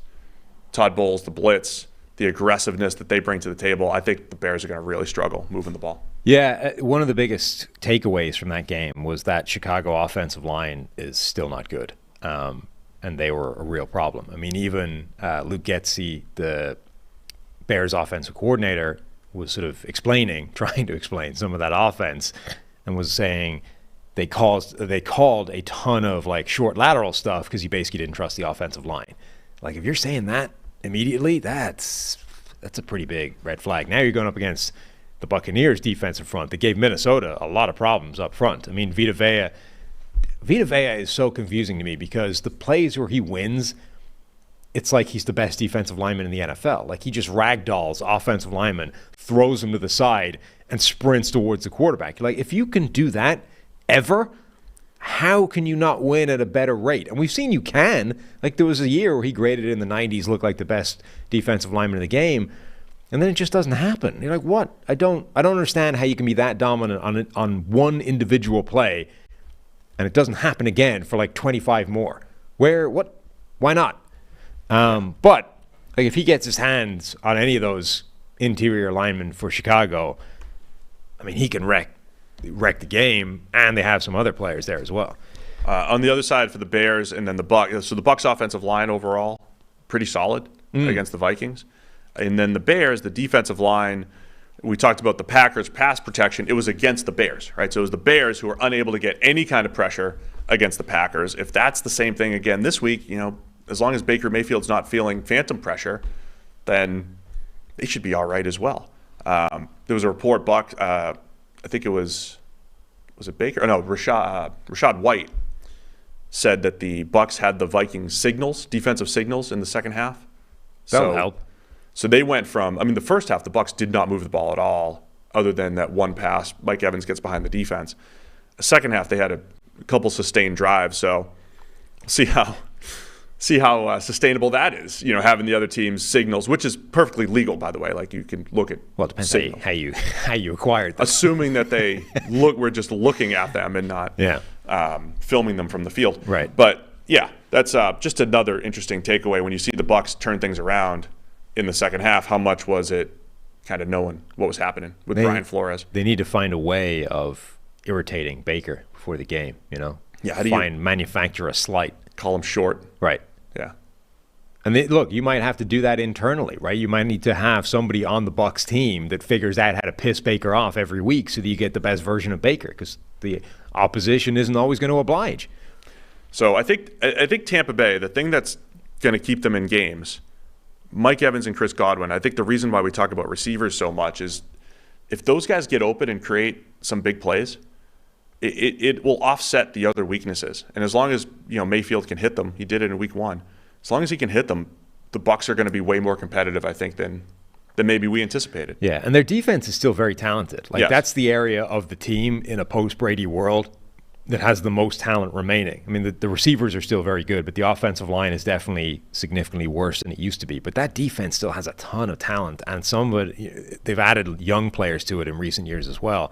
That's a unit that should still be very good going up against the Chicago offense that looked lost in week 1.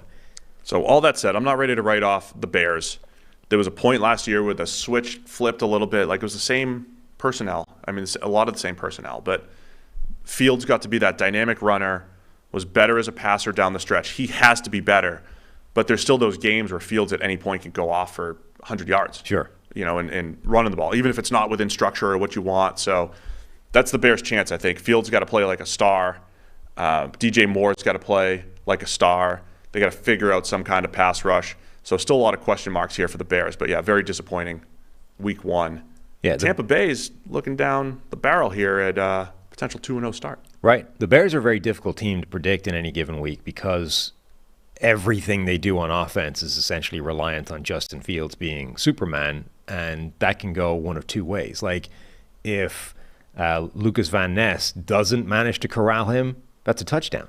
Like, that tackle, essentially, on the play that made no sense, that didn't exist, Fields scores a touchdown if Van Ness isn't able to snag him in the flat, right? And most players don't do that. Like, this is the sort of knife edge that you, or the Russian roulette that you play at all times when you're playing Justin Fields. If you can make that play, which is doable but difficult, the offense looks disastrous. If you can't, if you miss it just a little bit, Fields runs around you, runs around somebody else, and scores a touchdown, you look like an idiot. And nobody even notices that the play is one of the worst plays drawn up in NFL history.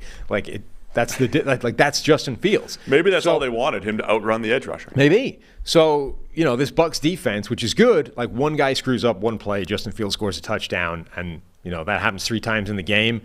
It's like, the defense got wrecked by Justin Fields all day. Like, that can be 57 plays break their way, and 3 don't, and it's like Fields owned the Tampa Bay defense.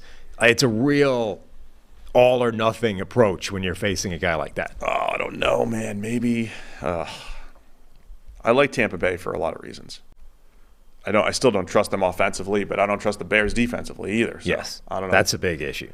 And I think Tampa Bay on paper should be giving Fields and Chicago trouble, other than what you said if he breaks a couple big runs. Give me the Bucs by 3.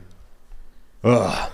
Yeah, I don't like this one, but I will go also with the Bucs. Over-under's 41. I could see a low-scoring game, and then I'll contradict myself and say, but how are the Bears going to keep somebody low-scoring? They're not. I mean, just because there's busted coverages in there. There's too many bad plays for Chicago. Well, remember, we're also, the opposing quarterback is Baker Mayfield. Could be eminently possible. Anything can happen. Yeah, here. To give them A, low scores, and B, turnovers. Oh, it's Baker off of a good game, too. I know. I might go Chicago. I'm going Chicago. I'm changing. You're doing it. But it's his home opener, too. That's not a good thing. But nothing makes sense. No. Yeah, he won't be mad enough at home. He'll be too happy. All right. A lot of talk there. Los Angeles Chargers at the Tennessee Titans. The Chargers favored by 3, traveling to Tennessee. Both teams 0-1 here. Chargers coming off that disappointing 36-34 loss, was it? To the Chargers? Mm-hmm. To the Dolphins? Yep. And 16-15 loss for the Titans against the Saints. Don't see that every now. There was a lot of good stuff for both teams in there, but obviously a lot of bad too to, either not score for Tennessee or give up as much as he did for the Chargers. Yeah, one big thing is is that Ryan Tannehill now, or was that just a terrible game by him? In a dome too. In a dome, because Tannehill was awful. That's the worst version of Tannehill I've seen, certainly since Miami, and maybe in the NFL. That was horrific, that game. The one other thing the phrase I've used a billion times here. I apologize for all the times I repeat myself. But the Saints defense has those games, right? The Saints defense has 4, 5, 6 games a year where they make everybody just look bad. They make the quarterback look bad. But these were unforced problems. Like, these were not, oh God, the defense is suffocating him. He's in trouble. It's like, this was just Tannehill going, what the hell? And then, as I said, it wasn't even just like terrible decision, YOLO into double coverage, Nuke is up there somewhere. There was also like dialed up trick play, balls in my hand, wide open, Okonkwo down the sideline. Oops, overthrew him by 5 yards. Like, it was catastrophic in every possible way for Tannehill, not just like, forced errors by the defense. So I don't even think the Saints defense having one of those types of games explains what we saw from Tannehill. As yet, it is unexplained. Now, it could be Tannehill is just old and this is who he's going to be from now on. And if that's the case, the Titans are screwed. Yeah, one good matchup to watch here. Tennessee's defensive line did a great job against the Saints. Danico Autry and Jeffrey Simmons. Arden Key I think he had 7 or 8 pressures in that game. He was among the league leaders. Mm-hmm. And against this Chargers offensive line, should be a nice little battle there. Yep. The Chargers, if you were drawing up their offense, we said, like, take a little pressure off Herbert, put a little bit more on the run game, put a little bit more throwing down the field, and less dink and dunk. They did that on paper. Herbert throwing down the field a little bit more. The run game was the most effective in the NFL last week. Austin Eckler is banged up, but it didn't matter. They ran the ball effectively last week. I don't know if they had that same kind of success against Tennessee, though. So that matchup's a good one to watch in the trenches, Tennessee's defensive line against the Chargers O-line. No, it is. Absolutely. Tennessee's defensive line did a really good job last week. I feel like the Chargers' offensive line is much better equipped to slow them down. And then the other element is that Chargers' offensive line, it isn't just good across the board, but it was opening up some major running lanes last week. Can they do that again this week? Like, is that going to be a feature of this offense now? Forget for a moment the combination of Kellen Moore and Justin Herbert and the extra level of aggression maybe that they're going to get in the vertical passing game. Like, what if they've just turned into a team that can just like road grade for that run game, and Austin Eckler is going to have a ton of room every time he sets foot on the field? That makes that offense really fun to watch. And then it's like, dude, can they just pull something together on defense? Because week 1 was a catastrophe. It is, man. They have so many names, and I know names don't win football games, but Joey Bosa and Khalil Mack both grading under 60. I know it was the Dolphins. That shouldn't happen. But you should have, like, Kendall Lamb had a good game at left tackle. There was one bad pass block rep against Joey Bosa. Yeah. That's one of the worst games I can remember Joey Bosa having. Like, look, every edge rusher, every edge defender has bad games. It's not like even the best guys, there's a game where they don't show up or they don't make an impact or whatever. Like, Joey Bosa has had games where he's not made an impact. The wild card game against Jacksonville didn't do anything. But that was really bad. If you can't, Joey Bosa is supposed to be your impact defensive lineman. If he isn't, it changes the dynamic completely. And Khalil Mack, I was trying to give him a pass for last year, and maybe it's just we've seen Von Miller have that dip and then come back, and Khalil Mack didn't look like he had it. So if Joey Bosa and Khalil Mack are not as advertised, this defense is in trouble. Right. Khalil Mack may well. Player number 3 doesn't matter. He had a nice pass breakup the other day, but like nobody played well the other day at anything. Khalil Mack may well be, on the decline and just simply not the player that he used to be. Joey Bosa shouldn't have that excuse and needs to bounce back. So the other end of that is they're playing Miami. And if we're going to talk up how well Miami played and how well Tua played and how difficult it is to cover Tyreek Hill. Totally different. Now you're going to Tennessee where Tannehill, whatever he is, but it's a lot easier to cover DeAndre Hopkins and friends in Tennessee than it is Miami. And it should be better. It should be easier up. I don't want to say it's easier up front because Miami's offensive line on paper shouldn't be great.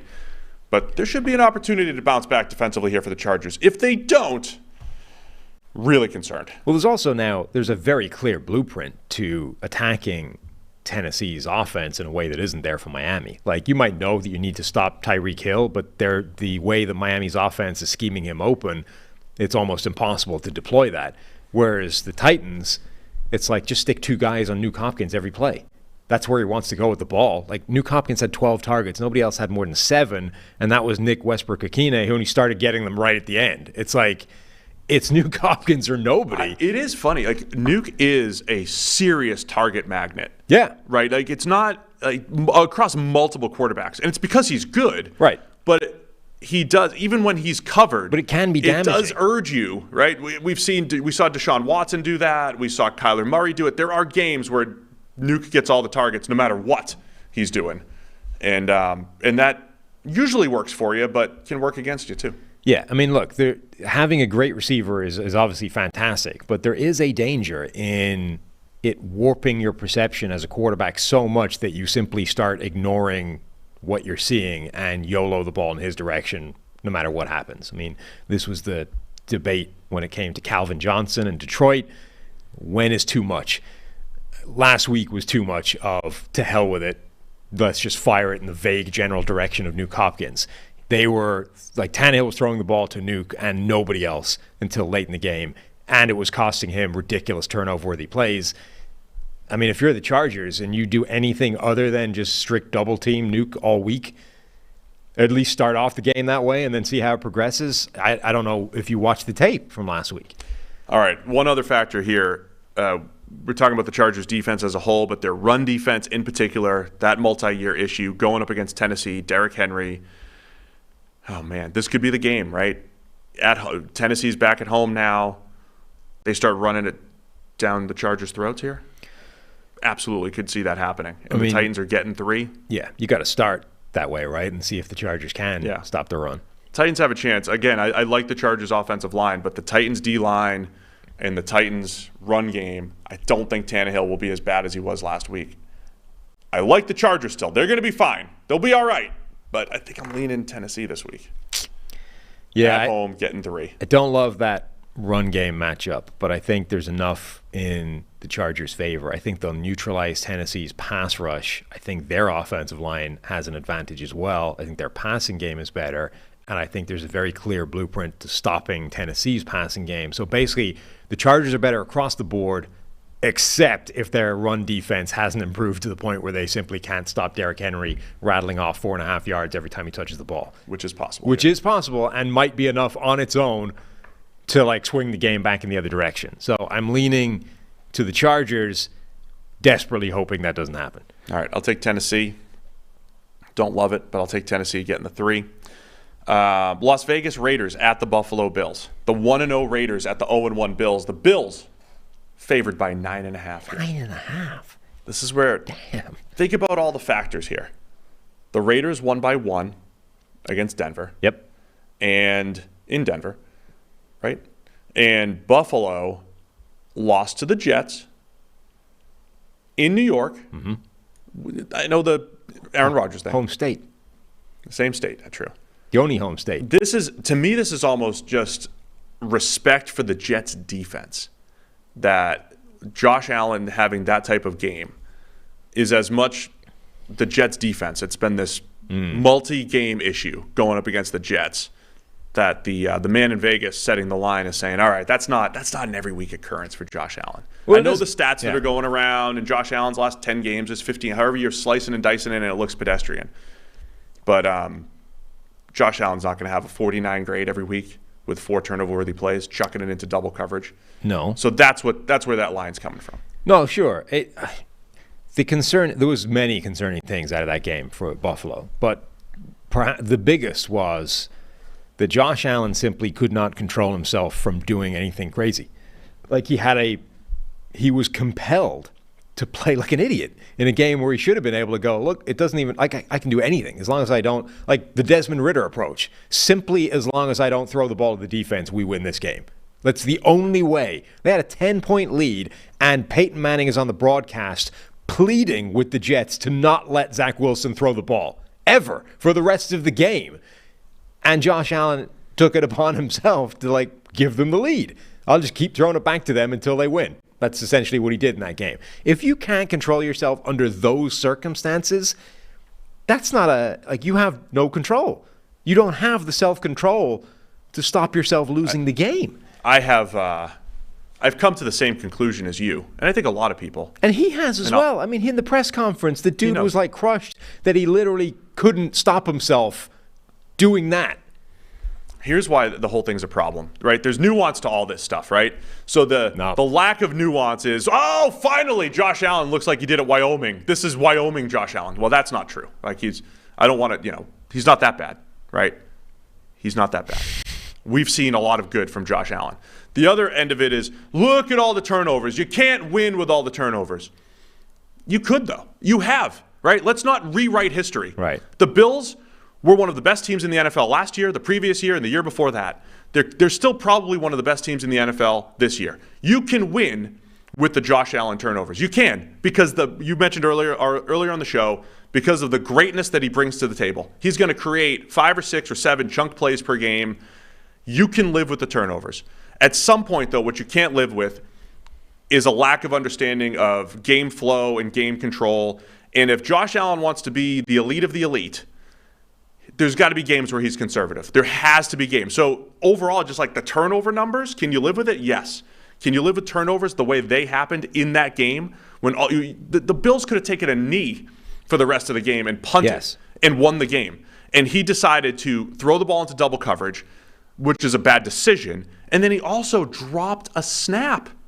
Did he do that twice? He dropped a snap, picked it up, and then fumbled again. Yeah. Those are just unforced errors. That's not decision-making. That's unforced. You're putting the ball on the turf. And also exposing himself to the kind of hits that, again, in that game of all games, you don't need to do that. Yes, the Jets' defense is nasty, but you have such an advantage. Just don't take that shot. Like, look, we talked about in the offseason. He understands that he needs to modify the way he plays the game in order to have a long career and become as successful as he and the Bills want him to be. What I think Monday night showed is that he is incapable of making that determination for himself. He is simply a passenger for whatever his mind decides to do in that given play. That's the problem. It's not that you can't live with it, because you can. And there's also the flip side where if he doesn't do that in a given game, which apparently is not within his control, but if he just has a game where he doesn't go crazy and throws the ball to the defense 3 times or whatever, you get a Patrick Mahomes rivaling superstar that can go toe-to-toe with any quarterback in the NFL. But what it is showing is he isn't in charge of when those games happen. Like, he doesn't control whether or not he's going to have a clean, great game, or if, like, bad Josh Allen rushes to the surface and you get this, like, madness just manifest in a way that will ruin you the game. Like, he's right. He said it himself. He's the reason they lost that game. 100% true. Josh Allen cost them that game, and the more concerning element was he wasn't in control over that. He could not. He recognized it early. Yeah. He knew early, it's happening again, and still couldn't stop himself doing it. That is a big worry. It absolutely is. That's my biggest takeaway. It goes back to that chart we always reference where the Peyton and Brady. How aggressive are you when you're leading? And then how aggressive are you when you're losing? And when you're leading, aggressiveness goes down. When you're losing, aggressiveness goes up. And it's a perfect curve for the best quarterbacks of all time.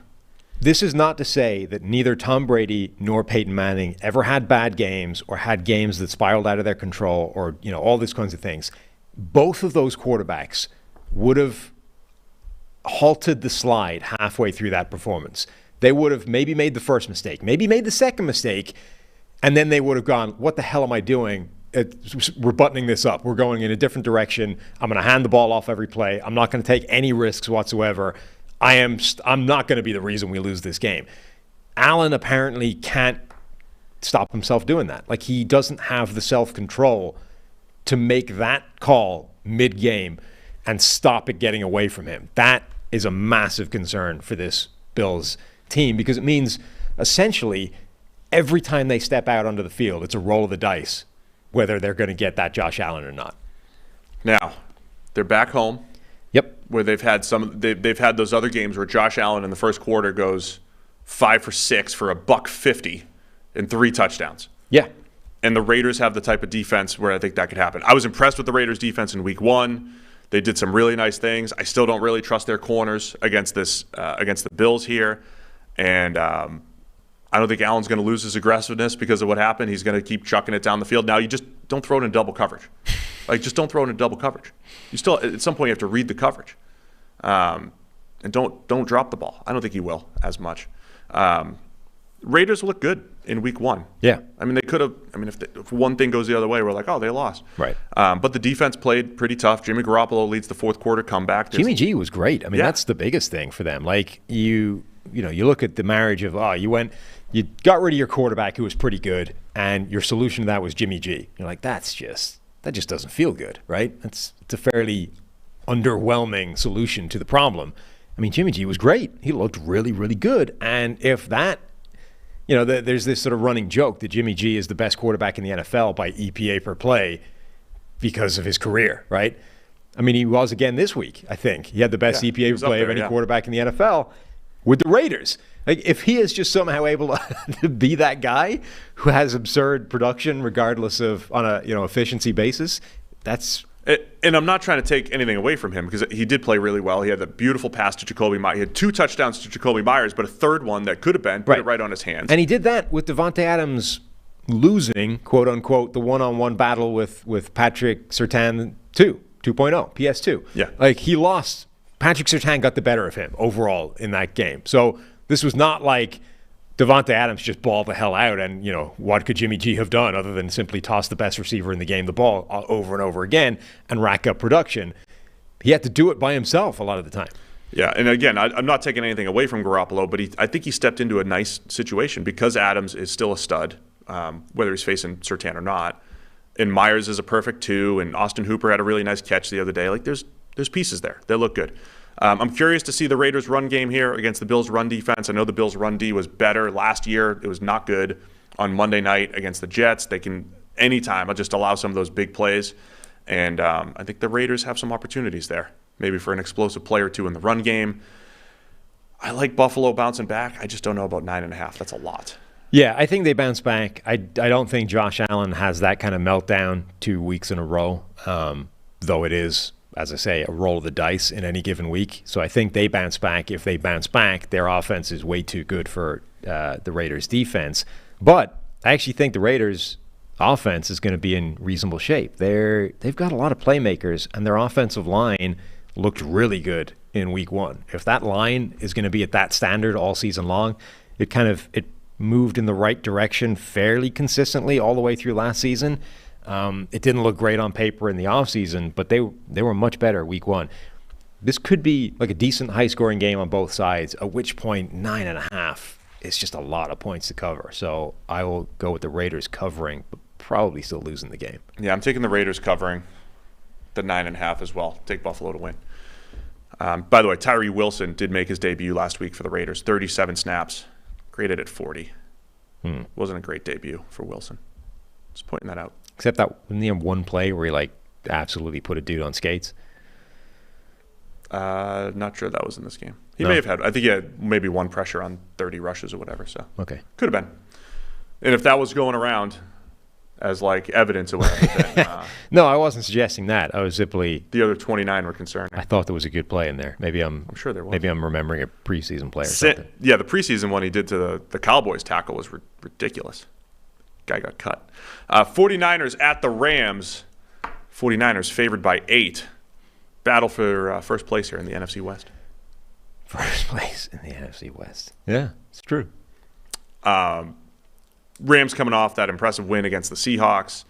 Controlled the game. We talked about elite Stafford. This was just out of his mind. Awesome Stafford. I mean, he looked better this week than I think at any game during the Super Bowl run. Not any game, but there was points in the Super Bowl run where he was making fourth quarter comebacks and incredible throws and everything. But a start to finish game where Stafford did the work. On the Super Bowl run, it was a lot of Cooper Kupp doing the work. There was a lot of open throws. Remember the Bears game? Orlovsky's telling us it's Stafford's eye manipulation. It's like, no, the dude just busted the coverage for 70 yards. There was a lot of that on the Super Bowl run. But this was the Lions Stafford who's like, there's no window there. I'm going to make one because my arm's incredible. I'm going to throw it sidearm, and I'm going to throw it 100 miles an hour and put it exactly where I want. That was this game for Stafford, elite Stafford. And he did get the most out of Tutu Atwell and Puka Nacua. I just don't know if he could do that every single week.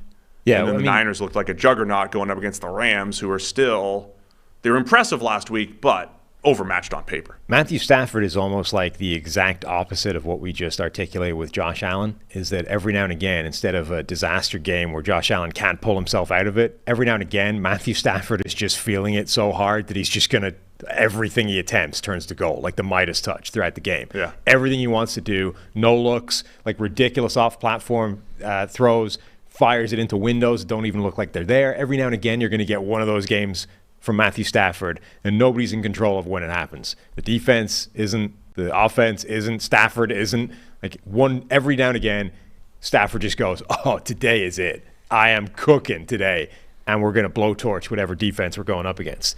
Yeah, I mean, if the Rams ever get that version of Stafford, they're incredibly difficult to beat because that turns him into one of the best quarterbacks in the NFL. But who the hell knows if that's going to get repeated this week or if he just goes back to being Matthew Stafford. That was what I told Zach when they traded for Stafford a couple years ago. I was like, figure out how to bottle up that 3 or 4 games of Stafford and make it happen every year, every week. It's a challenge, man.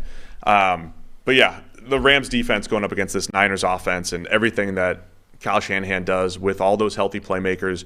We talked the other day about Brandon Ayuk being one of the best players in the NFL in week 1, and he's usually the 4th guy you mention on that offense.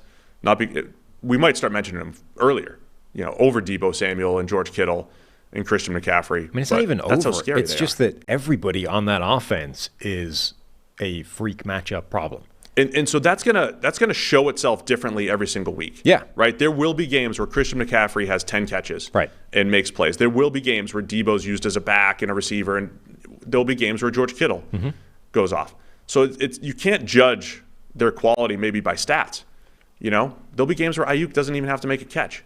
I think they've that's already what makes shown, the Niners so good. Yeah, I think they've already shown that basically everybody you mention in that offense in terms of skill position players is top 5 at their respective positions, depending on how you articulate it. Like Deebo Samuel is in a weird spot of sort of straddle. Like he's unique. There's nobody out there like Deebo Samuel. So from that perspective, he's top 5 just as a playmaker.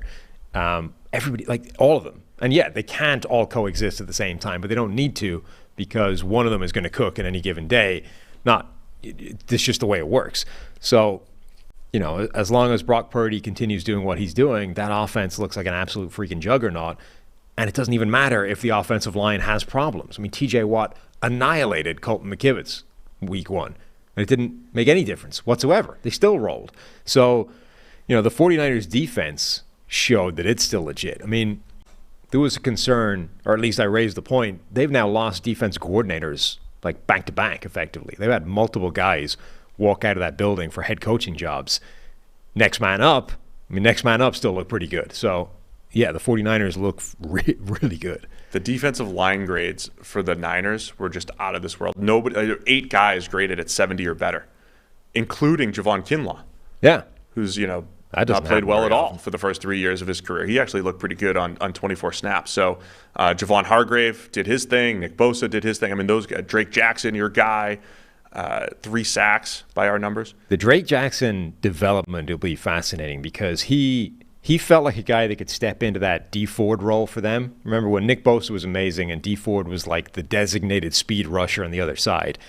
The thing that Drake Jackson had coming out was the most picture-perfect speed rush bend around the edge that everybody tries to look for when they're scouting edge rushers. That run the hoop, get low, speed around the corner. How far can you bend on that ankle? Like, what's your ankle flexion? All that kind of stuff. Drake Jackson had the best in that draft class. It was incredible. And even if that's all he has, those plays destroy offensive tackles. So even if he only wins, 3 times in a game, those 3 plays could be 3 sacks because those are the plays that offensive tackles can't block. So if Drake Jackson has become that player for the 49ers and Nick Bosa is back in action and Javon Hargrave is doing his thing in the middle, dude, that's potent. We got to go a little bit quicker, but the one last thing I just want to say, Rams' offensive line was really impressive. Yeah. It's going to be tough to be impressive this week against the Niners. Now let's see what he can do. This was the exact thing that happened with Joe Noteboom in the past. He was fine against average rushers, below average, but you go up against Nick Bosa and others, and he got beat up. I mean, so that's where this entire line, I have those same types of questions for Alaric Jackson and everybody up front. Just, again, we did this last time, but Alaric Jackson, Steve Avila, Coleman Shelton, Joe Noteboom, and Rob Havenstein. That was the 5 that started against Seattle, and all of them did well. That 5 on paper looks terrible. So, are they actually better than people thought they were, or is Seattle simply unable to generate any kind of pass rush? Now you have the 49ers. We could immediately be saying, oh, this changes everything. All right, I got the Niners covering the 8 in LA. I know it's a lot, man. I know it's a lot. And we just saw the Rams, and they, what if we just ignored last week? If you just ignored last week, you wouldn't even think twice. Of course, 8. Of course, the Niners are 8 points better than the Rams. Last week happened. It matters, but I don't like 8. Plus the Rams are at home. Don't like 8. All right, I'll go with the 49ers as well.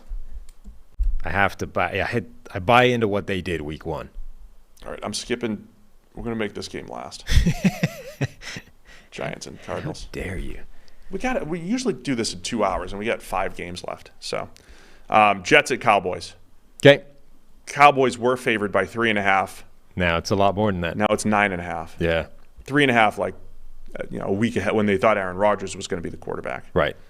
Now it's up to 9.5 for Dallas. Our guy Brad Spielberger tweeted out the Cowboys schedule. I think they have the Cardinals in week 3. And he was like, man, they might not give up a touchdown until week 4 because they have the Jets this week and the Cardinals next week. So what are the Jets going to do? What can they do here? Nothing. I mean, their defense can. Their offense is boned.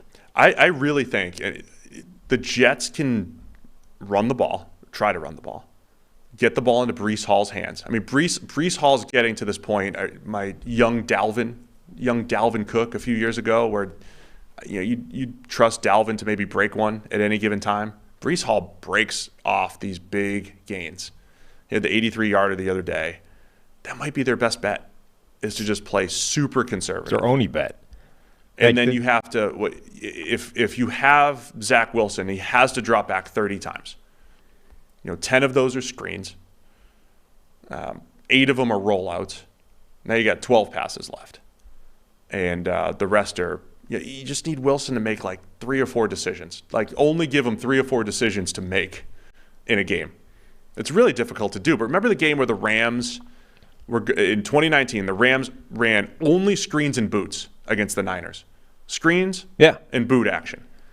Can you get away with that? Can you be so afraid of the Cowboys defense and Zach Wilson's decision making that you take all of the decisions out of his hands and just do that to slow down the pass rush? And hand it to Breece Hall. Remember when Rex Ryan had a traffic light system for Mark Sanchez? Did he? Yeah. It was green means pass or whatever. He literally broke down whatever the play calling thing was to traffic light system, just color coded. Maybe Zach Wilson needs that. Every time it's just a red light in the sideline. And then third and, whatever, a mile. It's all right, fine, green. And then interception. Yeah. I honestly... Wilson's not as bad as he was last year, I don't think. He'll be a little better this year. I don't know. I mean, that interception was ridiculous. He looks pretty bad. That was bad. And then I saw the stats after the interception. That was when they said, okay, they're going to do the strategy I just said, which was all screens, all the simplest stuff you can get that has nothing to do with the QB. Yeah. He made two or three good throws. They need to draw up an offense that doesn't involve the quarterback. Every play is hand off to Breece Hall or dump it off to in a screen or a trick play. And Zach Wilson doesn't participate in this offense until we're so far down that he has to throw the ball, and then we just, I would almost draw up that offense and then simply say, all right, defense, good luck. If you can make miracles happen, fair play to you, but otherwise we're just going to minimize the damage. I mean, you still want to throw him up to Garrett Wilson. What a ridiculous catch that was. You still want to lean into the playmakers. On a bullet that was thrown to the corner. I think we're going to Zach Wilson picks out the cornerback and throws him a beautiful pass, and Garrett Wilson goes, no, breaks it up, and then catches it himself. I think we're going to overstate the Zach Wilson thing. I think he's going to be better. I think he's better this year.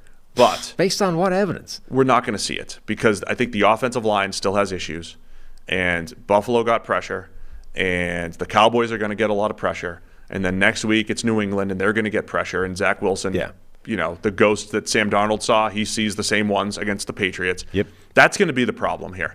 I think Zach Wilson looks a little more confident. He's making a few more throws than he did last year. The bad ones are still there, making a few more throws, but the pocket presence is not good, and he's going up against fierce pass rushes, and that's where I think it's going to be an issue. And the line looked like a weakness. Yes. I mean, obviously, the Aaron Rodgers thing is what it is, but it was already a weakness and a concern going into the season. You're like, is that line going to be bad enough to undermine everything else? Now, everything else is not good either because your quarterback just went down. So that, going up against the Dallas line that we just saw eviscerate the Giants, the only way this game can go in the direction of the Jets is if the Jets defense makes miracles happen and creates some turnovers. They were as advertised the other night, as much as we want to blame it. Look, Josh Allen made some really bad decisions for whatever reason that you say the Jets forced him into those or Allen did it.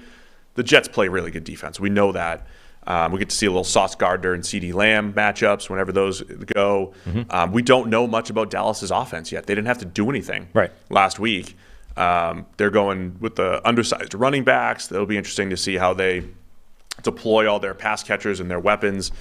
So yeah, I think it's actually a fun game, but it's one of those where the Cowboys should roll because they're better on offense, comparable defenses. Unless Zach Wilson just pulls something out here. Yeah. Or if it's Breece Hall, man. Like the other part, Breece Hall looks like a guy that could have a 50-yarder per game. Like that type of thing could happen. Sure. And I might just see the opposite of what Steve likes to do. See how many times I can run it. Yeah. I mean, go. honestly, the Ireland played a soccer game recently against France, who were the best team in the world, arguably, and it was like the analysis going into that game was how bad a defeat would you take now if I offered it to you? Like 2-0. Would you take that right now rather than actually play this game and get potentially waxed by 6?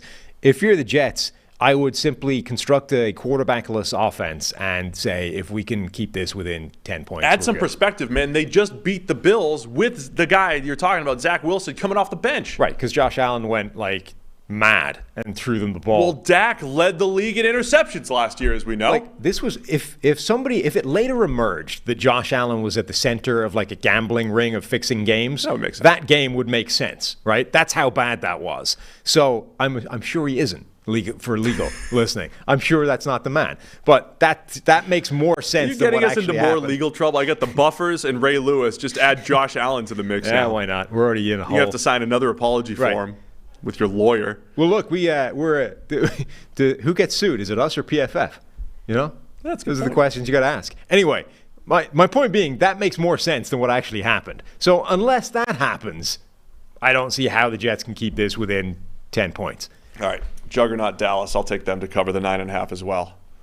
I'll be interested to watch. I mentioned I'm intrigued by Zach Wilson. I guess I'm intrigued by how teams scheme it up around deficiencies. It's car crash TV every week. I kind of like watching that. Not for every quarterback, but for younger quarterbacks. I like seeing how can you get that magician offensive coordinator like Nathaniel Hackett to make it happen. The Jets are maintaining that Zach Wilson is their starting quarterback for the rest of the season. Games like this are why that will not happen. He will not make it to October as the starter because he's going to be destroyed. I think the order of the games are challenging. Yes.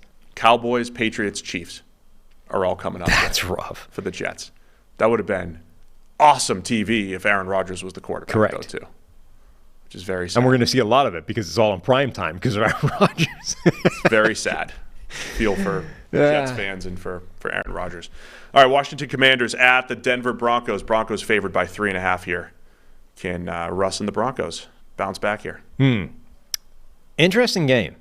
I thought both of these teams looked a little bit better maybe than the results showed. Obviously, Denver didn't even win the game. Washington made it a grind and ended up getting it in the end. Didn't cover. Right.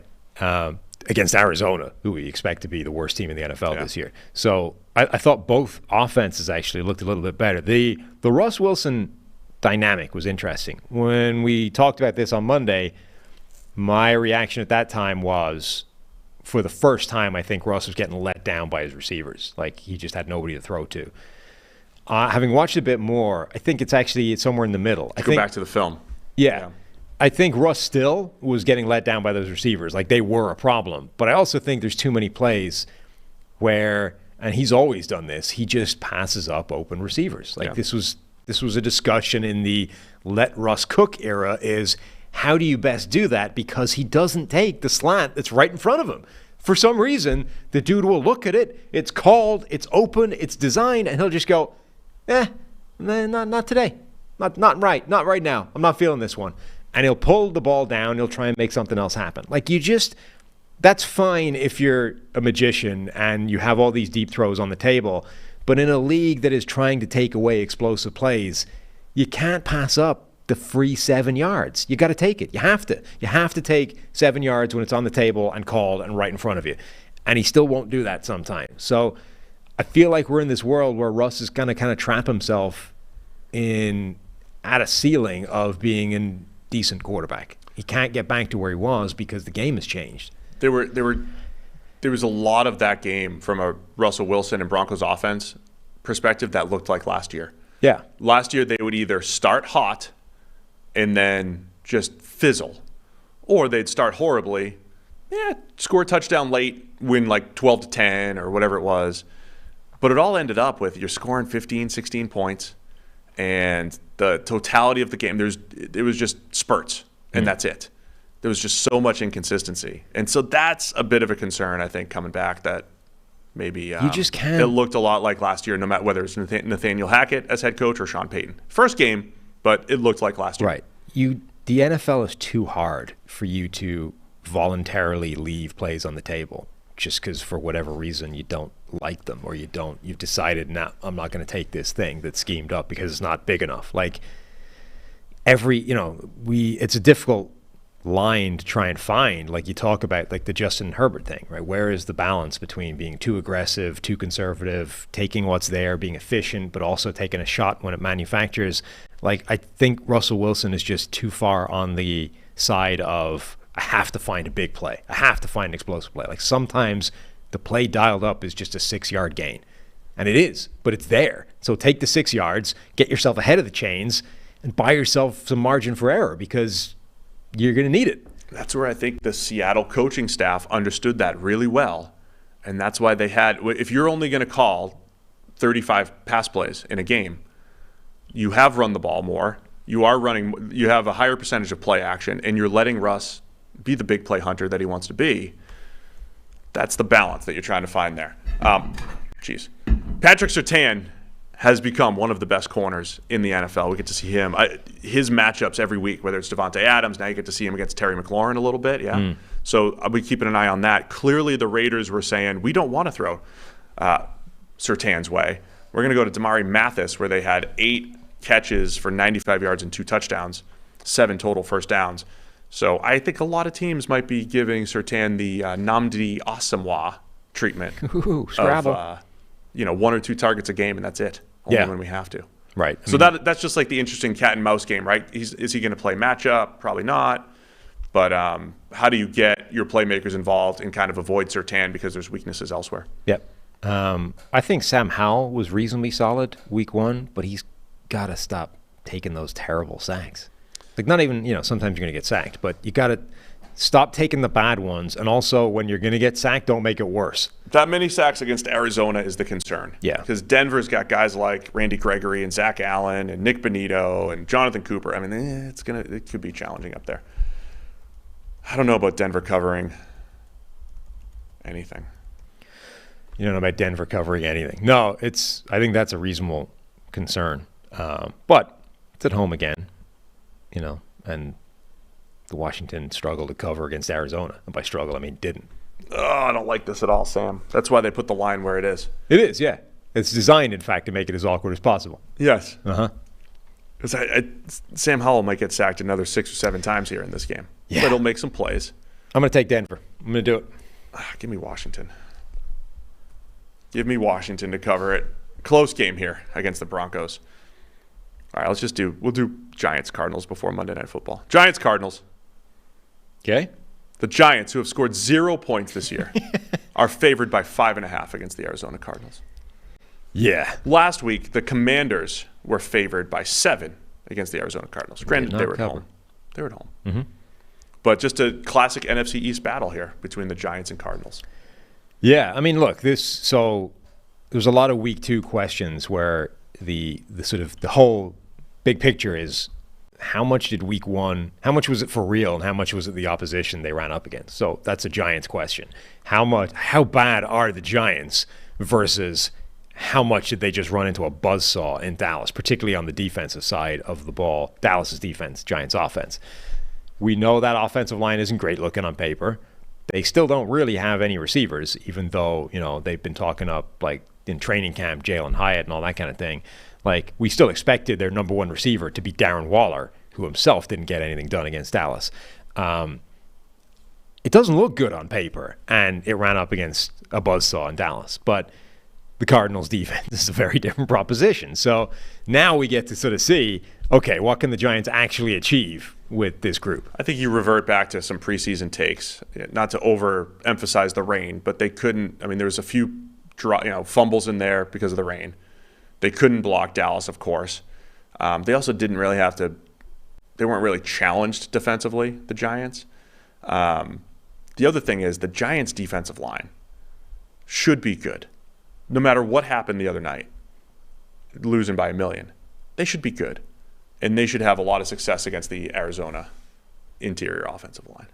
What are you smiling about? Just do you like clipping your catch, your save of the bottle? Oh, did he? Look, former professional athlete over here. This is high-level stuff. You never lose it. Never lose the cat-like reflexes. Is that in the chat here? Yeah. Why did it get popped to the top? What are you doing, Slack? No, look, I think it's a similar discussion on the other side of the ball. Like, Dexter Lawrence didn't do anything against a beat-up Dallas interior. Like, Dallas were down to their third-string guard at one point in that game, and Dexter Lawrence still wasn't really a factor. That's not good. But we know Dexter Lawrence from a year ago was a game wrecker. Like, he decided the playoff game in their favor against Minnesota. So, yeah, if he can't show up against the Arizona offensive line, that's a big deal. I see the catch. Yeah, it's good. Yeah, I think I'm going to be so mean to the Cardinals every week, I think. They got the Barbarian and all, and he gets to go up, he'll have a few rushes against Evan Neal. The Barbarian. Dude's going to have 10 sacks by October. But that guy, like, you can't rely on the Barbarian to have a strip sack that leads to a touchdown every single week to cover. Like, you can't do that every single week. Now, the formula could be correct. Evan Neal, Daniel Jones. Yeah. Strip sack. That's strip sack potential there. Those are things that add up to But strip like sacks. To have it at the right part of the field and lead it to a touchdown, Josh Dobbs leading the Cardinals. Was this the most like inept passing week performance you can remember from like the league? Yes. The number of quarterbacks that had like 130 yards passing is insane. There was a lot of data out there. There's number of teams above certain EPA, negative EPA. It was like first time in a while. You have these one-off weeks where it happens, but it's in week. There was some rain games, there were some weather games that matters, but it's a little trend to keep an eye on. 14 quarterbacks had less than 200 passing yards in week 1. Yeah, that doesn't count Aaron Rodgers, who had 0. Tom Brady retires. 15, all of a sudden, I guess. The league can't throw the ball. The offense just Except Tua. No, it's just something to keep an eye on. If it's a league trend or if it just happened to be what those matchups were. There was a lot of. Can't wait for week 2. A lot more information that we'll glean here. Give me the Giants, man, to cover the 5.5 on the road. I can't buy into Giants covering 5.5 against anybody. Going back to the Dome. They got the Dome here. Giants are going to be much better. No, not buying it. All right, we got to knock out 2 games here. Well, let's go. 10 minutes. We got double header Monday Night Football. Make sure we haven't missed anything else, by the way, because it's going out of order. New Orleans Saints at the Carolina Panthers. Game 1 of the Monday Night Football doubleheader. The Saints favored by 3 on the road here against Carolina. Yep. I think that's more of a sort of disappointing outlook for Carolina. Like, they could have done anything, really, week 1. They got reasonably well handled by the Atlanta Falcons. So, they need to show better. I mean, as I said, it's very different or difficult argument to construct. But I thought Bryce Young, outside of 2 ridiculous decisions, looked pretty good. With the caveat that his offensive line wasn't great, despite, a few good blocks here or there, and the fact that his receivers aren't particularly good, I thought he looked okay. I thought he could operate the offense. Now, that being said, if he has 2 horrendous decisions a game, it doesn't matter that he looks good and he's able to, run the offense well in between those glaring problems. So, let's see what we can do in week 2. I wonder if this is going to be low scoring again. I don't think I've been as positive about an offense that scored 16 points as I was the Saints, because Derek Carr and those playmakers, man, like they've got a lot of potential there. Now the red zone was an issue, but all the playmakers, Rashid Shaheed, Chris Olave, Juwan Johnson, mentioned them all, Michael Thomas being healthy. There's firepower there for New Orleans. Yeah. But the offensive line was an issue. Yes. Derek Brown is in game record territory at defensive tackle. He had a great game the other day against Atlanta. He's coming off of a good season. Derek Brown can do some damage. Brian Burns can do some damage for Carolina.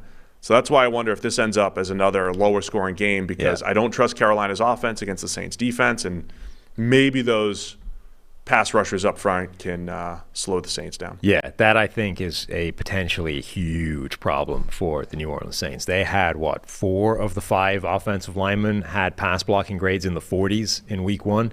Basically, it's similar to the Rams story, right? Rob Havenstein, the ever-present good player at right tackle. Well, you have Ryan Ramczyk, who's still one of the best right tackles in the NFL. Everybody else on the line was a problem in week 1. If that happens again in week 2, and as you said, the Panthers have the horses to make it a problem in week 2, then it doesn't matter that Rashid Shaheed can run past the defense, or that you've got Michael Thomas and Chris Olave and the whole group is good, because the quarterback doesn't have the time to get it to them anymore. That can change the game. And then obviously we said the other side, it's just, can Bryce Young, A, avoid terrible decisions, and B, even if he doesn't have them, do they have enough with the offensive line and the receivers there for it to work? Yeah, I'm excited to see Bryce Young, prime time. I don't know how much history matters. The Saints, I always talk about domes being easier to pass in, but the Saints have some of those elite defensive performances at home. Can they carry that onto the road in Carolina? Historically, sometimes the Saints look like a better team and they go and are a little underwhelming when they go to Carolina. I don't know how much that matters. I'll take the Saints, though, to cover the 3, because I still think they're a better all-around team. And the O-line looks like it's got some issues, but I don't think they'll be that bad every single week. I think they might be, but I just don't know that. I'm worried about the fact that Carolina just doesn't have enough help around Bryce Young. And he's not yet shown the ability to stop himself having a couple of really bad rookie mistakes in a game. So J.C. Horn's out, and the Saints they got playmakers, dude. This feels like it could be a really low-scoring game, which makes it more difficult for them to cover. But it could be another 19-16 type of performance. All right, we're both taking the Saints to cover the 3 at Carolina. The second Monday Night Football game is the Cleveland Browns at the Pittsburgh Steelers. So we're going to have to go split TVs here. I got 2 TVs side by side. I should be able to make this work. That's got to be... Oh, but I'm on the road. I'll be somewhere else. YouTube TV must surely have a... They'll do the multi-view on this. Yeah. Man, if they could just get 4-4 in the multi-view, though, don't get me started. Cleveland Browns at the Steelers. It's 8:15. So there'll be a lot of crossover between these 2 games. Just get ready to all the fans. Cleveland's favored by 2.5. I just love that in week 2, the team that maybe was most impressive in week 1, given the expectations, the Cleveland Browns, goes up against the team that maybe was most disappointing based off expectations in the Steelers. It's a division matchup, and you have the Steelers going on the road. The Browns going on the road to Pittsburgh. What do you make of this one? Yeah, this is a really interesting matchup because it's 2 overreaction potential teams from week 1 in the opposite direction, right? Like the Browns looked amazing. How much is that for real? The Steelers looked awful. How much is that for real? Or is this something in the middle that was a week 1 weirdness? I'm inclined to absolutely buy into what we saw from that Browns defense. It looked very good, particularly up front. I think how good they are up front is going to make the back end look a lot better, certainly a lot better than last year, and also a lot better than maybe it is this year. We got some pushback on some of the grades of the Browns corners. And look, MJ, is he MJ Emerson now? MJ Emerson was torched for a touchdown, only Joe Burrow missed the field, so it didn't count. It just doesn't. But he's getting downgraded for that, right? There were some downgrades in there for those Browns corners, and they didn't happen because, in large part, the defensive front was getting so much pressure that Burrow was just heaving the ball up and hoping. So I think that defensive front completely transforms this defense, along with Jim Schwartz maximizing their deployment in terms of moving them around. Zadarius Smith, that's been a feature of his game for years. That's still a thing here. Myles Garrett is being moved around as well. Now you don't know when anybody's lining up or where or how the hell to stop them. So the Browns defense, I feel, could be absolutely for real. But I think there's a lot of pressure now on this Pittsburgh offense to say, we looked great in preseason. Everybody thinks our offensive coordinator is terrible. We need to fix this now, going up against a very good defense. There's a lot of pressure on them going into this week, I think. I'm with you on the Browns. Also, Myles Garrett moving around and just creating havoc up front. And the Steelers were beat up, man. We talked about all the Niners' great defensive line grades that came against the Steelers last week. I thought Kenny Pickett played a poor game overall. The play calling, we talk about the play calling again, and JT's got some funny quips about the play calling. Dan O is upset about the play calling.